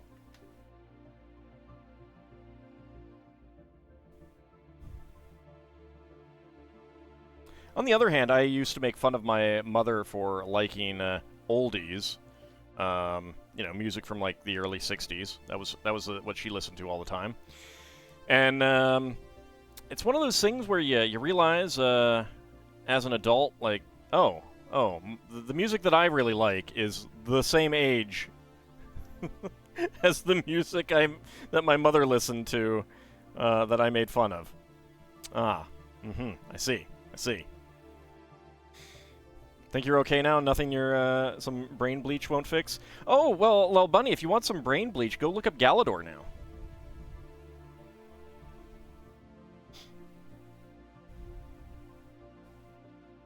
I might be mean. Shut up, Dragon.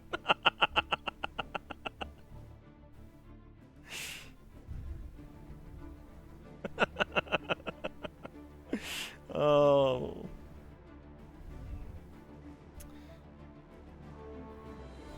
I can't imagine what would have brought that reaction out. I can't imagine.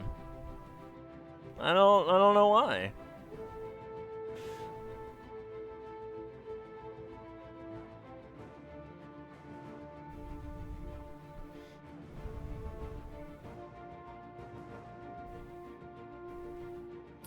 You've recently seen that one. It's not as horrific looking as Jack Stone. So the reason why Galador was so bad is, A, it was a huge bomb. And B, it was extremely non-system. So, LEGO uses system to refer to the geometry of bricks. So it's like, the fact that you can slip a plate in between the studs here, the fact that you can, like, you know, use headlight bricks here and get a 1x2 brick here, and then if you put a plate on top, it's the same depth. That's system. That is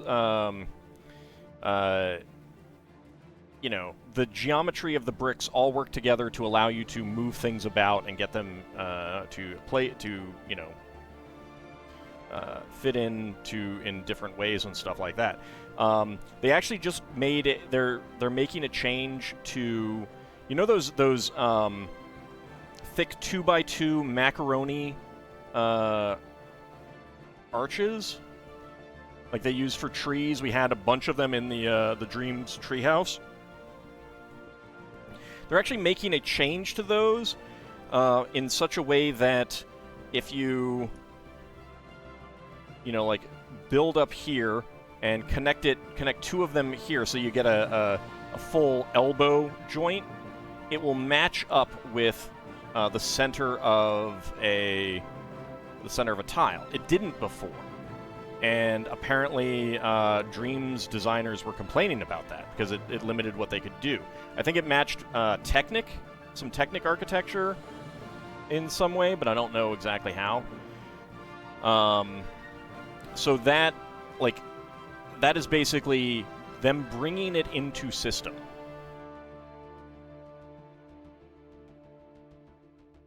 And Galador basically only, like, the only system connections it had, really, were Technic pins and click hinge joints.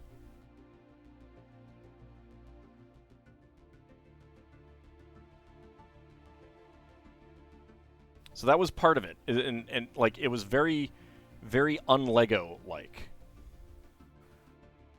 And yeah, I mean, it was a like, it was a license deal. It was a TV show, you know, a kids' cartoon that bombed. If it hadn't bombed, it might have been okay. I don't know. It's hard to say. But the show bombed, and so ergo the Lego pieces bombed. Well, no, I mean, Technic pins were always in it, but what I mean is, like, that's the only connection, and there's nothing you can do to, like, with Technic, you can get all kinds of different things. Like, you can come up here, put in a Technic hole down here, and you can get a cross beam going that way because it's system.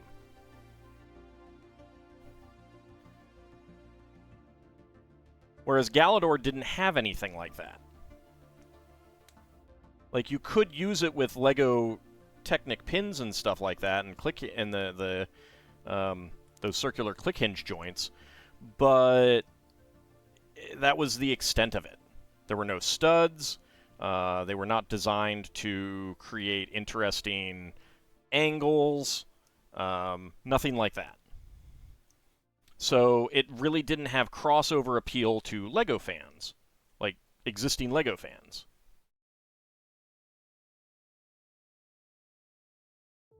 Do you think it was the primitive predecessor of Bionicle? I think that it not exactly. It kind of was in that it was like action figures, and that's kind of what Bionicle aimed for. But I'm not sure that the time matches up. Let me go look. Because Slicers and Throwbots were the predecessors to Bionicle.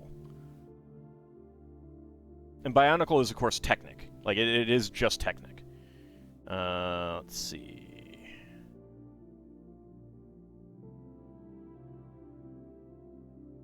I'm taking a quick look at when Galador came out.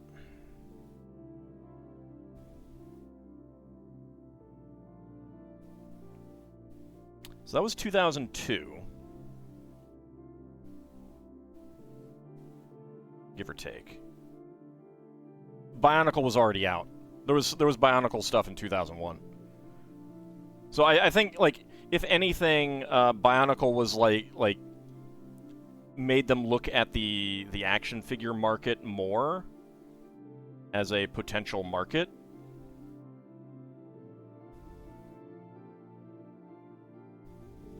Yeah, I didn't think that the timeline was correct for it. The definite, absolute predecessors of Bionicle were Throwbots and Slizers, though. Both of those. I think Throwbots came first, and then Slizers came second. Might be the other way around, though.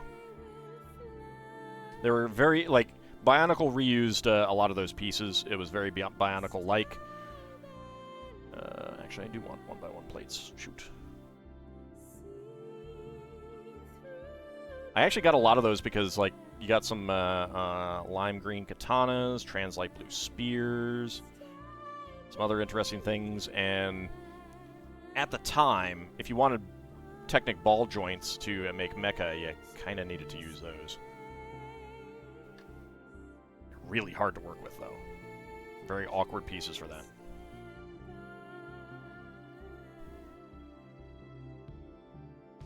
Because they aren't very system either.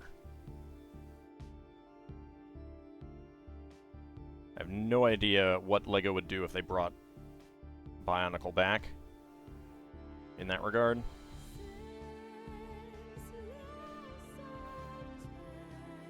And that goes right up there.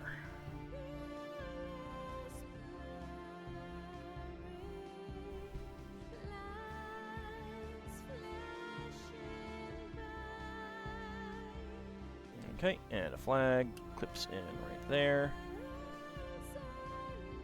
Galador poster reminds you of a rash of cheesy 80s and 90s kids movies about kids finding an alien. Yeah, it was that, and I think that was part of the problem, is that it was not new or unique, and there were other ones that did it better. Part of the idea of it was, like, the kid was able to change out his limbs through magic technology stuff, and that's one of the reasons why it worked with LEGO. Anyway, for this bag, 2 extra 1x1 plates, clear and translite blue, a clear angle connector with stud, tan 1x1 tile slope, and white 1x1 quarter cylinder tile.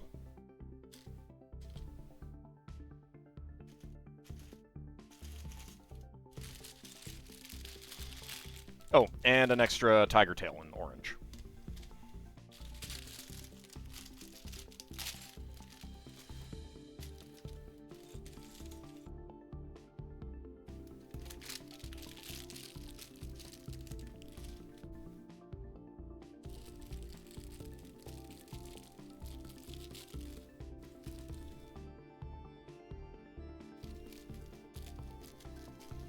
Yeah, so, I mean, like, LEGO actually had some concepts for something similar to Galador back in, I think, the late 90s. I've seen, like, production sketches of it. It's very weird, but,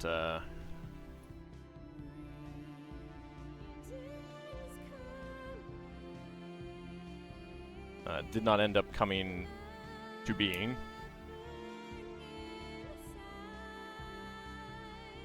Alright, we have a little kid with her green winter jacket. If the camera would focus.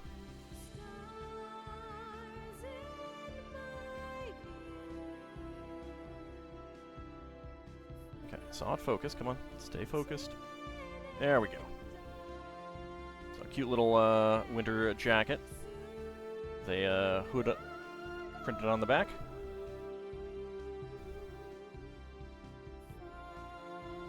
Okay.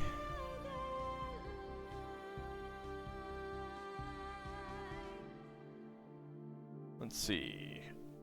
Translite blue 4x4 ring and clear 1x2 plates with angled bars. Wouldn't surprise me if there was a Galador video game. It was that time. Like, it would be probably PS1.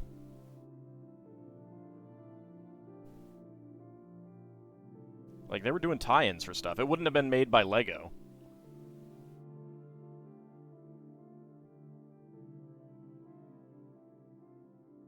Why did they keep trying these bigger figures? Didn't the failed girls line teach them anything? Well, so...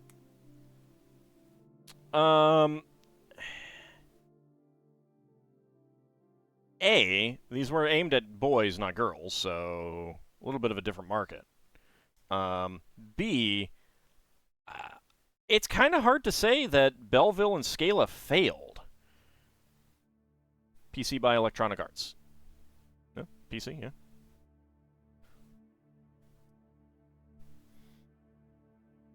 Another ring. Like, Belleville was around for... from... That's not right. Like, 94-ish? 96-ish? Through 2006? Like, can a theme that's around for 10-ish years or more be considered a failure?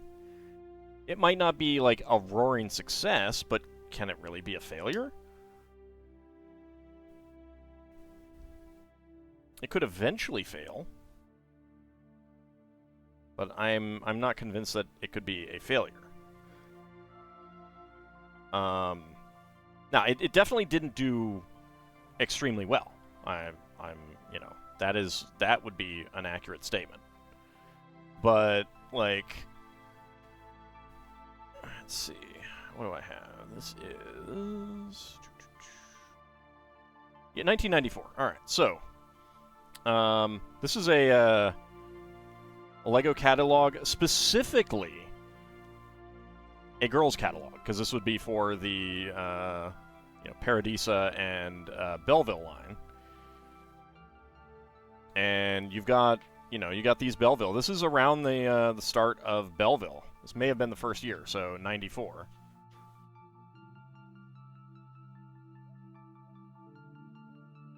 I have... Which ones of these do I have? I think I just have... of these, I think I just have this one. And then Paradisa. And then it says More Fun in Town, and it has sets that they feel would be, you know, of interest to those. Lasted to 2009. Yeah, so 94 to 2009. 15 years.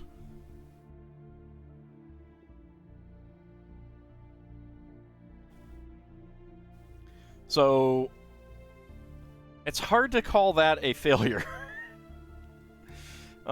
Scala did not last as long, though. And I think that, like, and the reason, and so Friends has only been around for 10 years.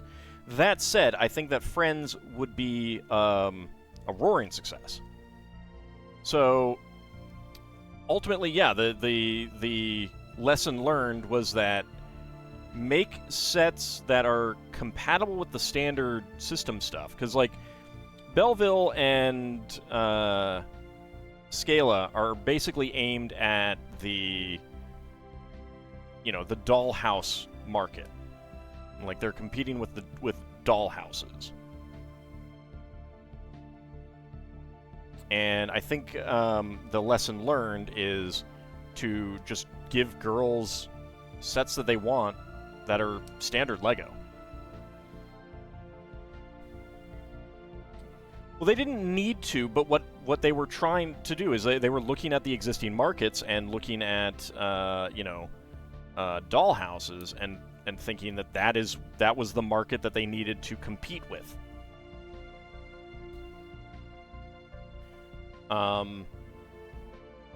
And again, like, were they wrong? Not exactly, but it didn't result in sales the way that they wanted. And that said, like, I'm not sure that Paradisa sold super well either, because it did not last very long at all. And yeah, so a boys' line of bigger figures, you know, that's aiming at the, you know, the G.I. Joe and action figure and Kung Fu Grip, you know, with Kung Fu Grip type market.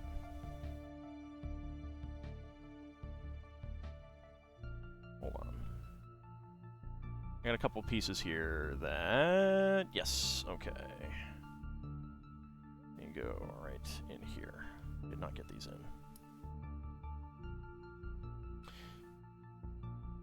So yeah, I mean, like, boys have what are functionally dolls. Action figures.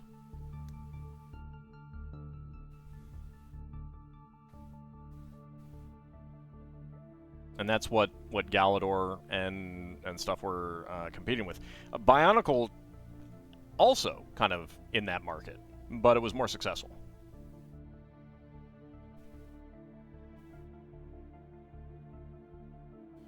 If anything, the lesson here is leave dollhouses to the dollhouse people, leave action figures to action figure people, and do what you do best. Lego stats. Yeah.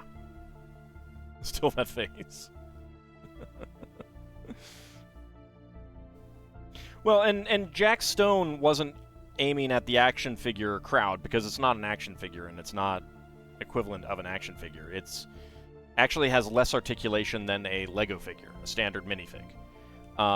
It's aimed at a younger audience who kind of, you know, doesn't have the manual dexterity of older kids, so they tend to need stuff bigger, but not Duplo sized.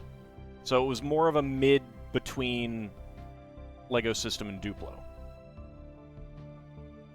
Also, this trash can with the 1x1 brick with side studs and the grill tiles on the side, very classic trash can, and I'm glad to see it making a return. It's one of my favorite little mini builds.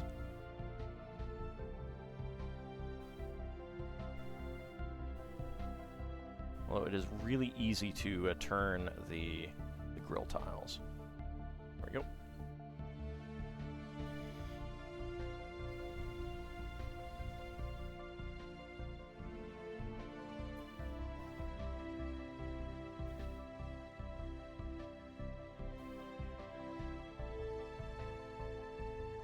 All that said, I do want to get one of the absolutely hideous Belleville snails. Because they're amazingly hideous and they are so funny. I should really get one of them.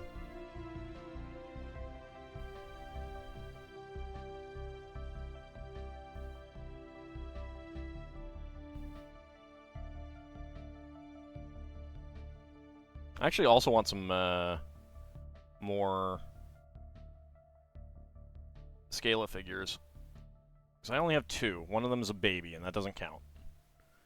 Why are there Belleville snails? So it's a big snail because they came out with a line that was fairy tales, and it basically had, you know, fairies using the Belleville figures, but they're not like the equivalent of a person because they would have gigantic flowers and stuff like that. So they had, you know, little magical snail to go along with them. They're frightening. And because of that, they're wonderful.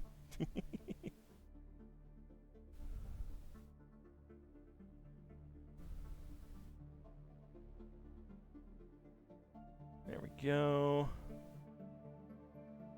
Okay. Oh god, I need to make two of these. Of course. Did they? Oh, it did say that, and I ignored it.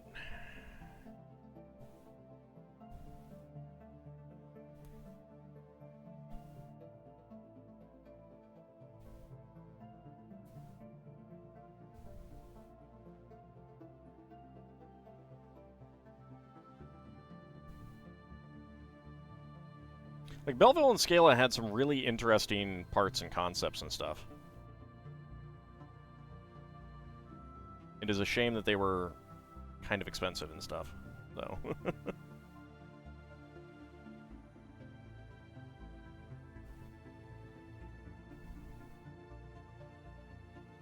I do not have any of those Belleville fairy sets.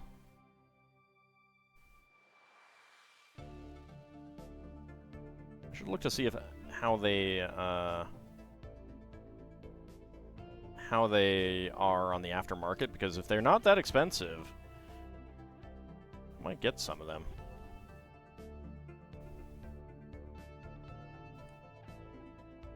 I have a soft spot in my heart for Belleville. And a not as soft spot for Scala. Alright, there we go. But there's actually quite a few pieces that are pretty common these days, or at various points, that were actually Belleville or Scala parts. Speaking of slow-paced critters, one of the turtle videos that you watched last week or so showed that turtles are not as slow as they're portrayed. They can actually truck when they want to. Yeah, I mean, some of it depends on their on the type of turtle.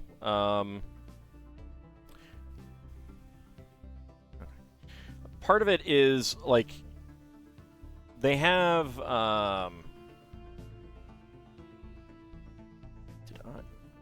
Oh wow! How did I make that mistake?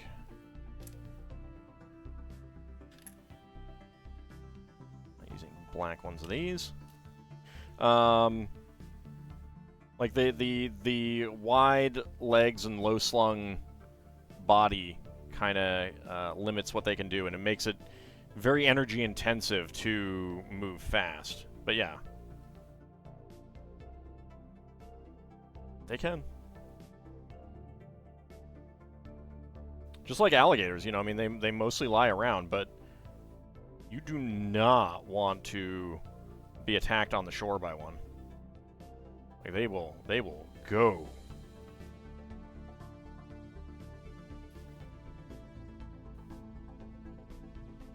There we go.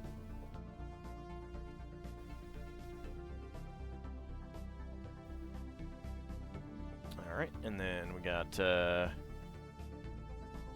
trans red heads with tiger prints.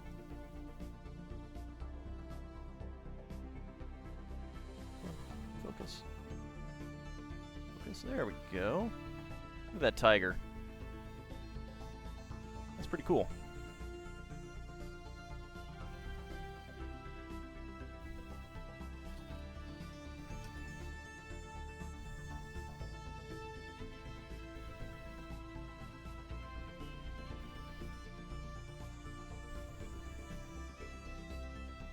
But yeah, it's all energy intensive, so if they do it too much and they don't get any food reward out of it, it's not great.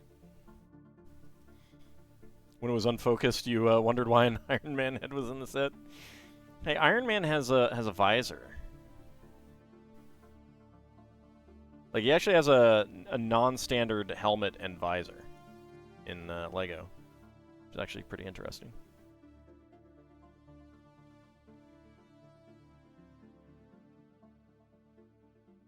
It makes it look very chunky, but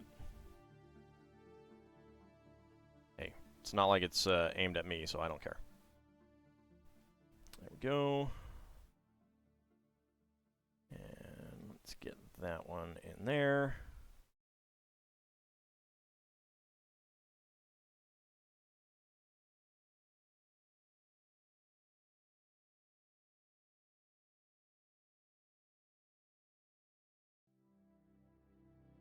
Yeah, each year they come out with a new printing. I wonder what they'll do when the Year of the Tiger comes back around.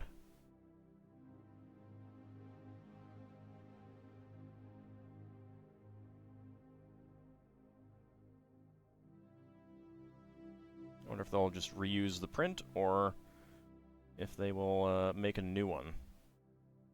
Because it's like 12 years on. There we go. Alright. And these go into the black 2x2 cylinder tiles.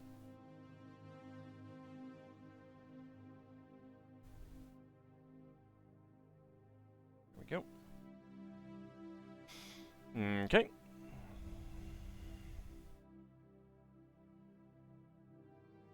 And then we get a little bench. Tigers are made of love and murder.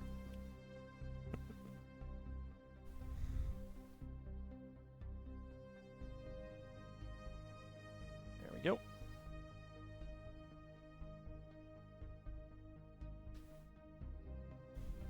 The flag right there in your face if you're trying to sit on that bench, of course, but it's fine. All right, red and translite blue 1x1 cylinder plate with hollow stud, 1x1 cylinder plate with bar, and a translite blue 1x1 tile with round end. All right, bag number 13. This is the last one. I did kind of think that we'd finish a little bit earlier than this, but apparently not. We've had some good conversations, though. Had some good conversations. There we go.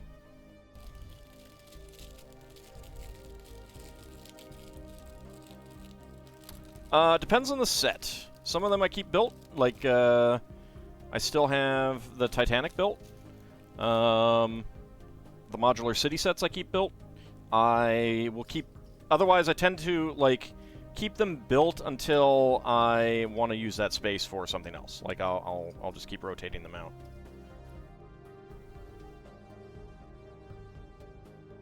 All right, where's your legs? There's your legs.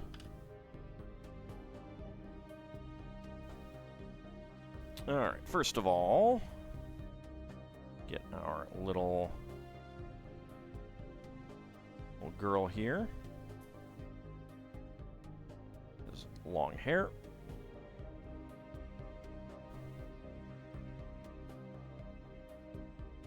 I'm looking for a black 1x2 tile. There it is. Smartphone. There we go. She has her smartphone. All right, Ringbolt. Thank you very much for coming on out. Have a good rest of your night. Open jacket. She's not getting chilly. And so here we have the minifig penguin side by side with the trans light blue satin one, if the camera would focus.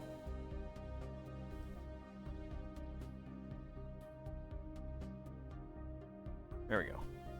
So you can see it has a much more rounded head. This guy also has a stud on his back, and this one does not. So this is the Friends Penguin mold. And this one, for some reason, I do not know why, has a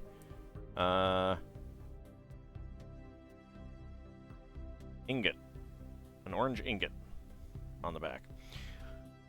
I'm not sure if this penguin has been in any other sets. I believe it's in one of the...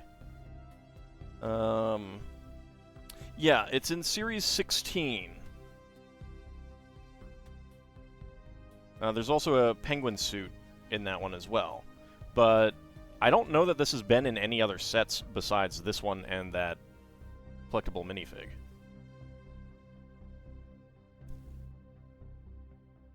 Okay. Black lamppost. 1x1 brick with 5 studs.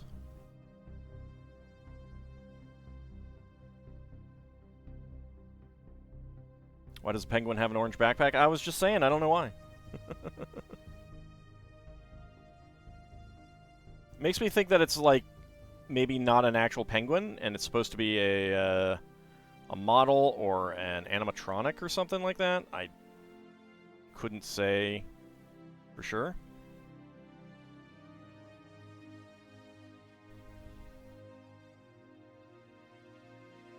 You know what? It may actually there may have been. I don't know. I think they've done the Penguin for the DC Comics line of sets, so there might have been some penguins in some of those sets. I don't know. Pneumatic T on top.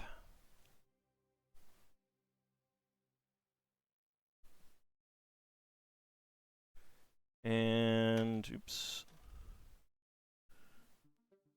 There we go.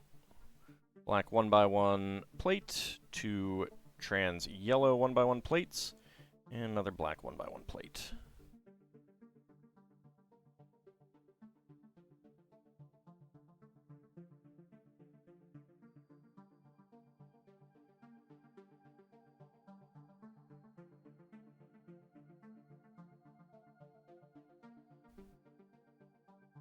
Alright. Get that on there.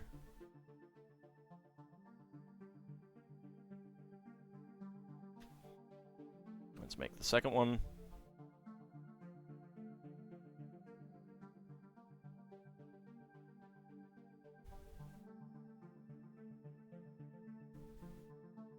Like, there's no real reason for there to be an actual, real penguin.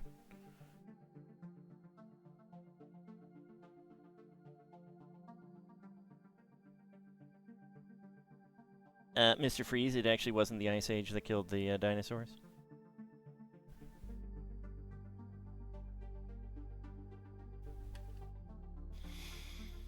And then a pair of the same printed tiles.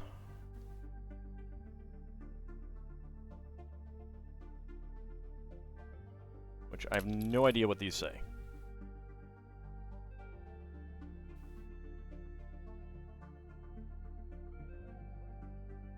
There we go. That's a really nice lamppost, though. That goes right there in the front. Alright. Pop out the little container and put in a hockey stick, spare hockey stick, 10 ice skates. 1, 2, 3, 4, 5, 6, 7, 8, 9, and 10.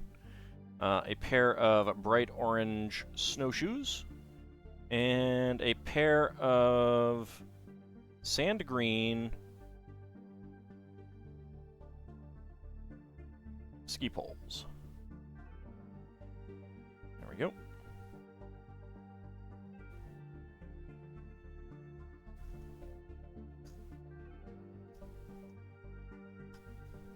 Slide that back into the container.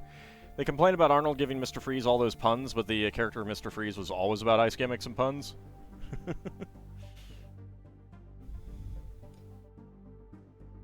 And, I mean, it wouldn't have been... Generally wouldn't have been him, since, you know, there's a little thing called writers. Could have ad-libbed stuff, but, I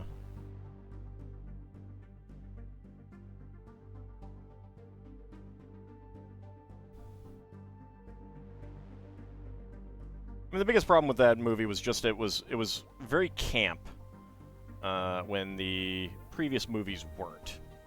It didn't feel like it fit.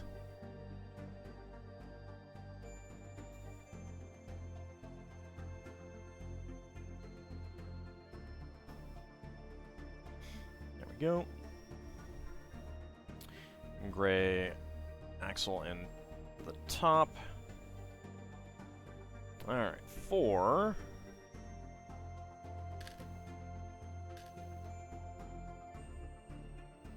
One by 2 plates with clips, and 4 leaves. 4 1 by 2 curved slopes.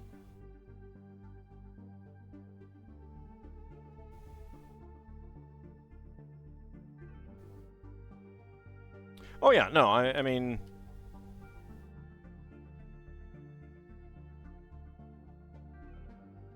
I totally get it.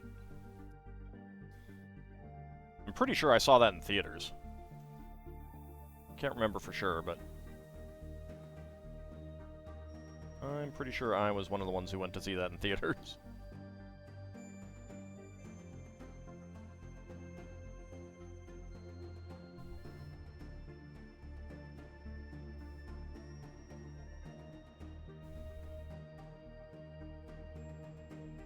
Go. Alright, and go ahead and just clip these on.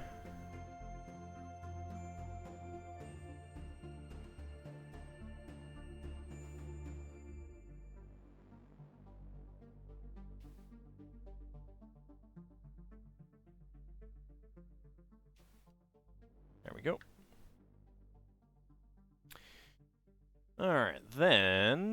get a double set. They're going the same way. Actually, that way. Brown carrot top. Stuck through there.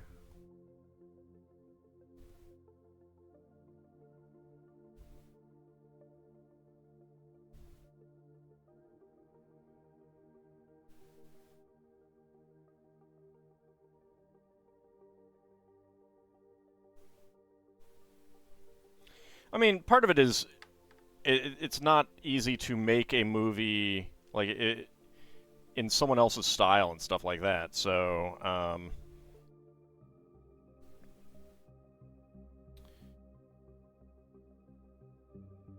you know, if you're a director and a writer and stuff like that, sometimes it's certainly a lot easier to just do your own style and things like that, and that's going to be part of it. I don't know enough about the production of that movie to make much comment on it and stuff like that. J.J. Abrams has entered the chat.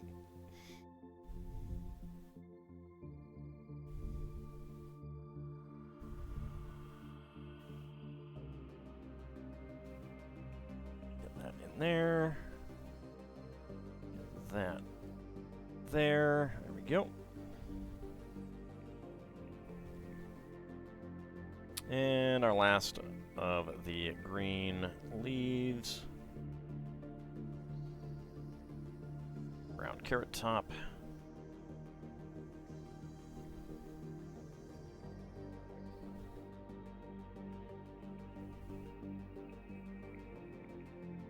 I mean, if you want younger people to go see the movie, then the movie being dark is not necessarily the best for it. And that might have been what was going on. I don't know. You know, trying to get a younger audience.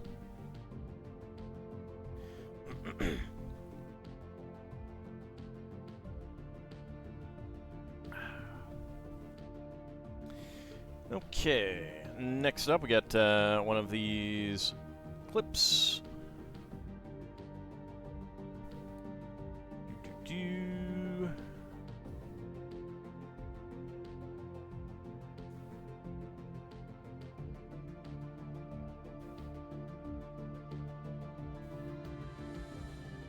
Well, I think that's one of the reasons why the later Superman movies didn't do so well, is because, yeah, they were too dark.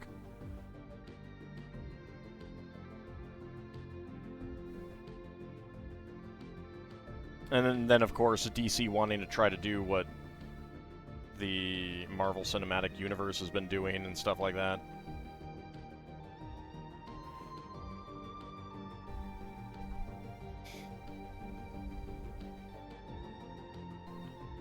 Alright, 1x1 beam right there.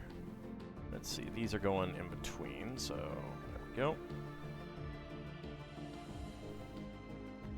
And then 4 more.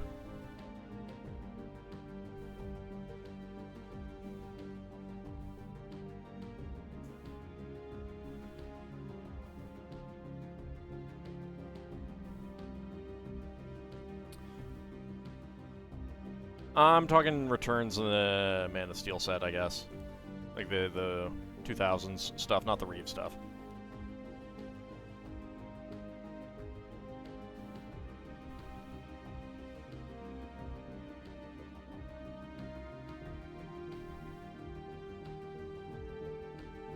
Well, yeah, but you have to also remember that some of this stuff is coming from people who are not, like, comic people, so... Alright, that goes down there. And this, right on there, and then a peak cone. 2x2x2 cone. There we go.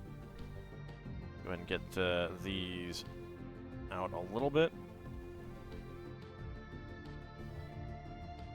There we go. That's a pretty nice snow-covered pine tree. I like that.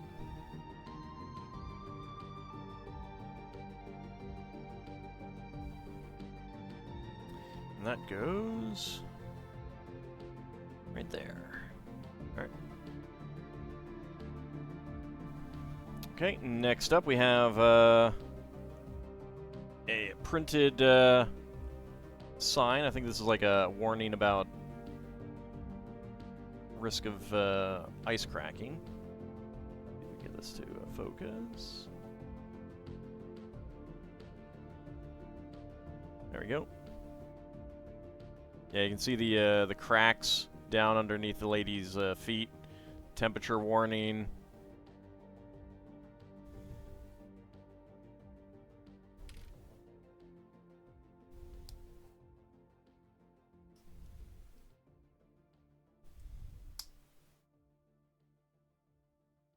Alright, one by one. Cylinder bricks underneath there. There we go. And that goes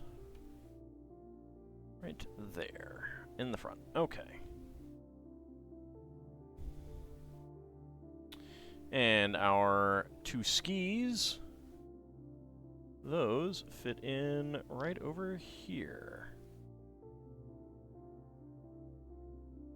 Okay, so black and trans yellow 1x1 plates, black tap, brown carrot top, sand green ski pole, white bar with clip, and a white 1x1 1L beam. There we go.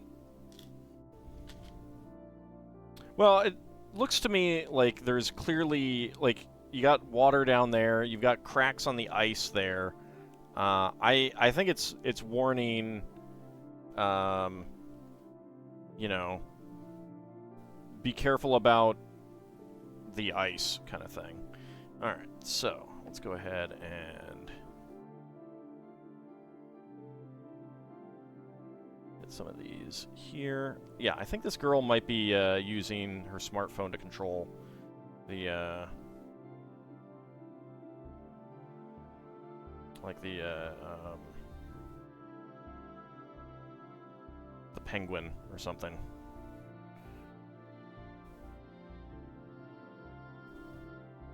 There we go. I'm going to move this back and get a picture of it in a moment. There we go. Just playing some hockey. I have no idea what the orange one is supposed to be for.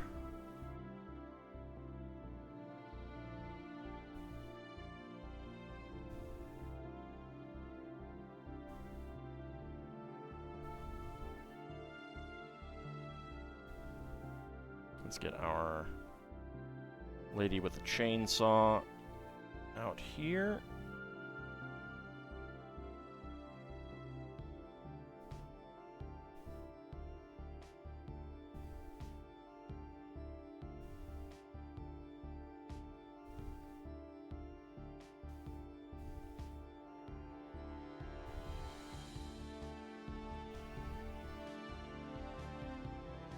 You can be watching the guy fishing, and let's have this here. Actually, how about we get you over here? There we go. Alright. Let's move this back. Bring up the camera. Get that in there. Lady selling the yummy fried thingies, dumplings, something like that. So there we go. This is a really good set. It is a shame that these were not available for like more. Like they come out at the start of a year, and they retire at the end of the year. So if there's extras, they go on deep discount. Like the rabbit floats the Year of the Rabbit floats, which is a really good set too. Has a lot of great minifigs, as they all do. That one, I think it might still be available at like 40% off. It's pretty crazy. And that's a really good set. So this one is excellent as well. I have the previous year Spring Lantern Festival as well that I will be doing in the spring, because I want to get to that one built as well, because it's fantastic. And like that's really the case, is like they do a really good job with these sets. They do a really good job with these. They are very, very nice. The only thing that would make them better in general is like them actually making them modular city sets. But this one is surprisingly big. And they always have a ton of minifigs, which is great. So I look forward to them every year at this point. But that is this one all done. And that is where we're going to wrap it up. I want to thank you guys for coming on out. We will be back next week for something brand new. Probably won't go quite as long as this one. But, you know, you never know. You never know. I wanted to get this one done in one sitting. I've got a lot of sets that I don't really want to break them up across 2 streams, because I have so many big ones that need to go across multiple streams, so that's part of it. You know, just means no dinner for me tonight, which is fine. I've had enough food today. I wasn't really planning on eating much tonight anyway. But I want to thank you guys for coming on out. We'll be back on Friday for some more Final Fantasy VI Pixel Remaster. We'll be getting started on the Home Alone set as well. Friday night. We'll be back on Saturday for some more Spelljammer. No, not the Viking Village, because the Home Alone set, which we got to the goal of a little while ago, that is coming up. That is what is coming up. Then on Monday we will be back to Like a Dragon, and next Wednesday we will be back to some more retro gaming and building something else in the evening. So, I want to thank you guys for coming on out, and I shall see you next time. See you then, everyone.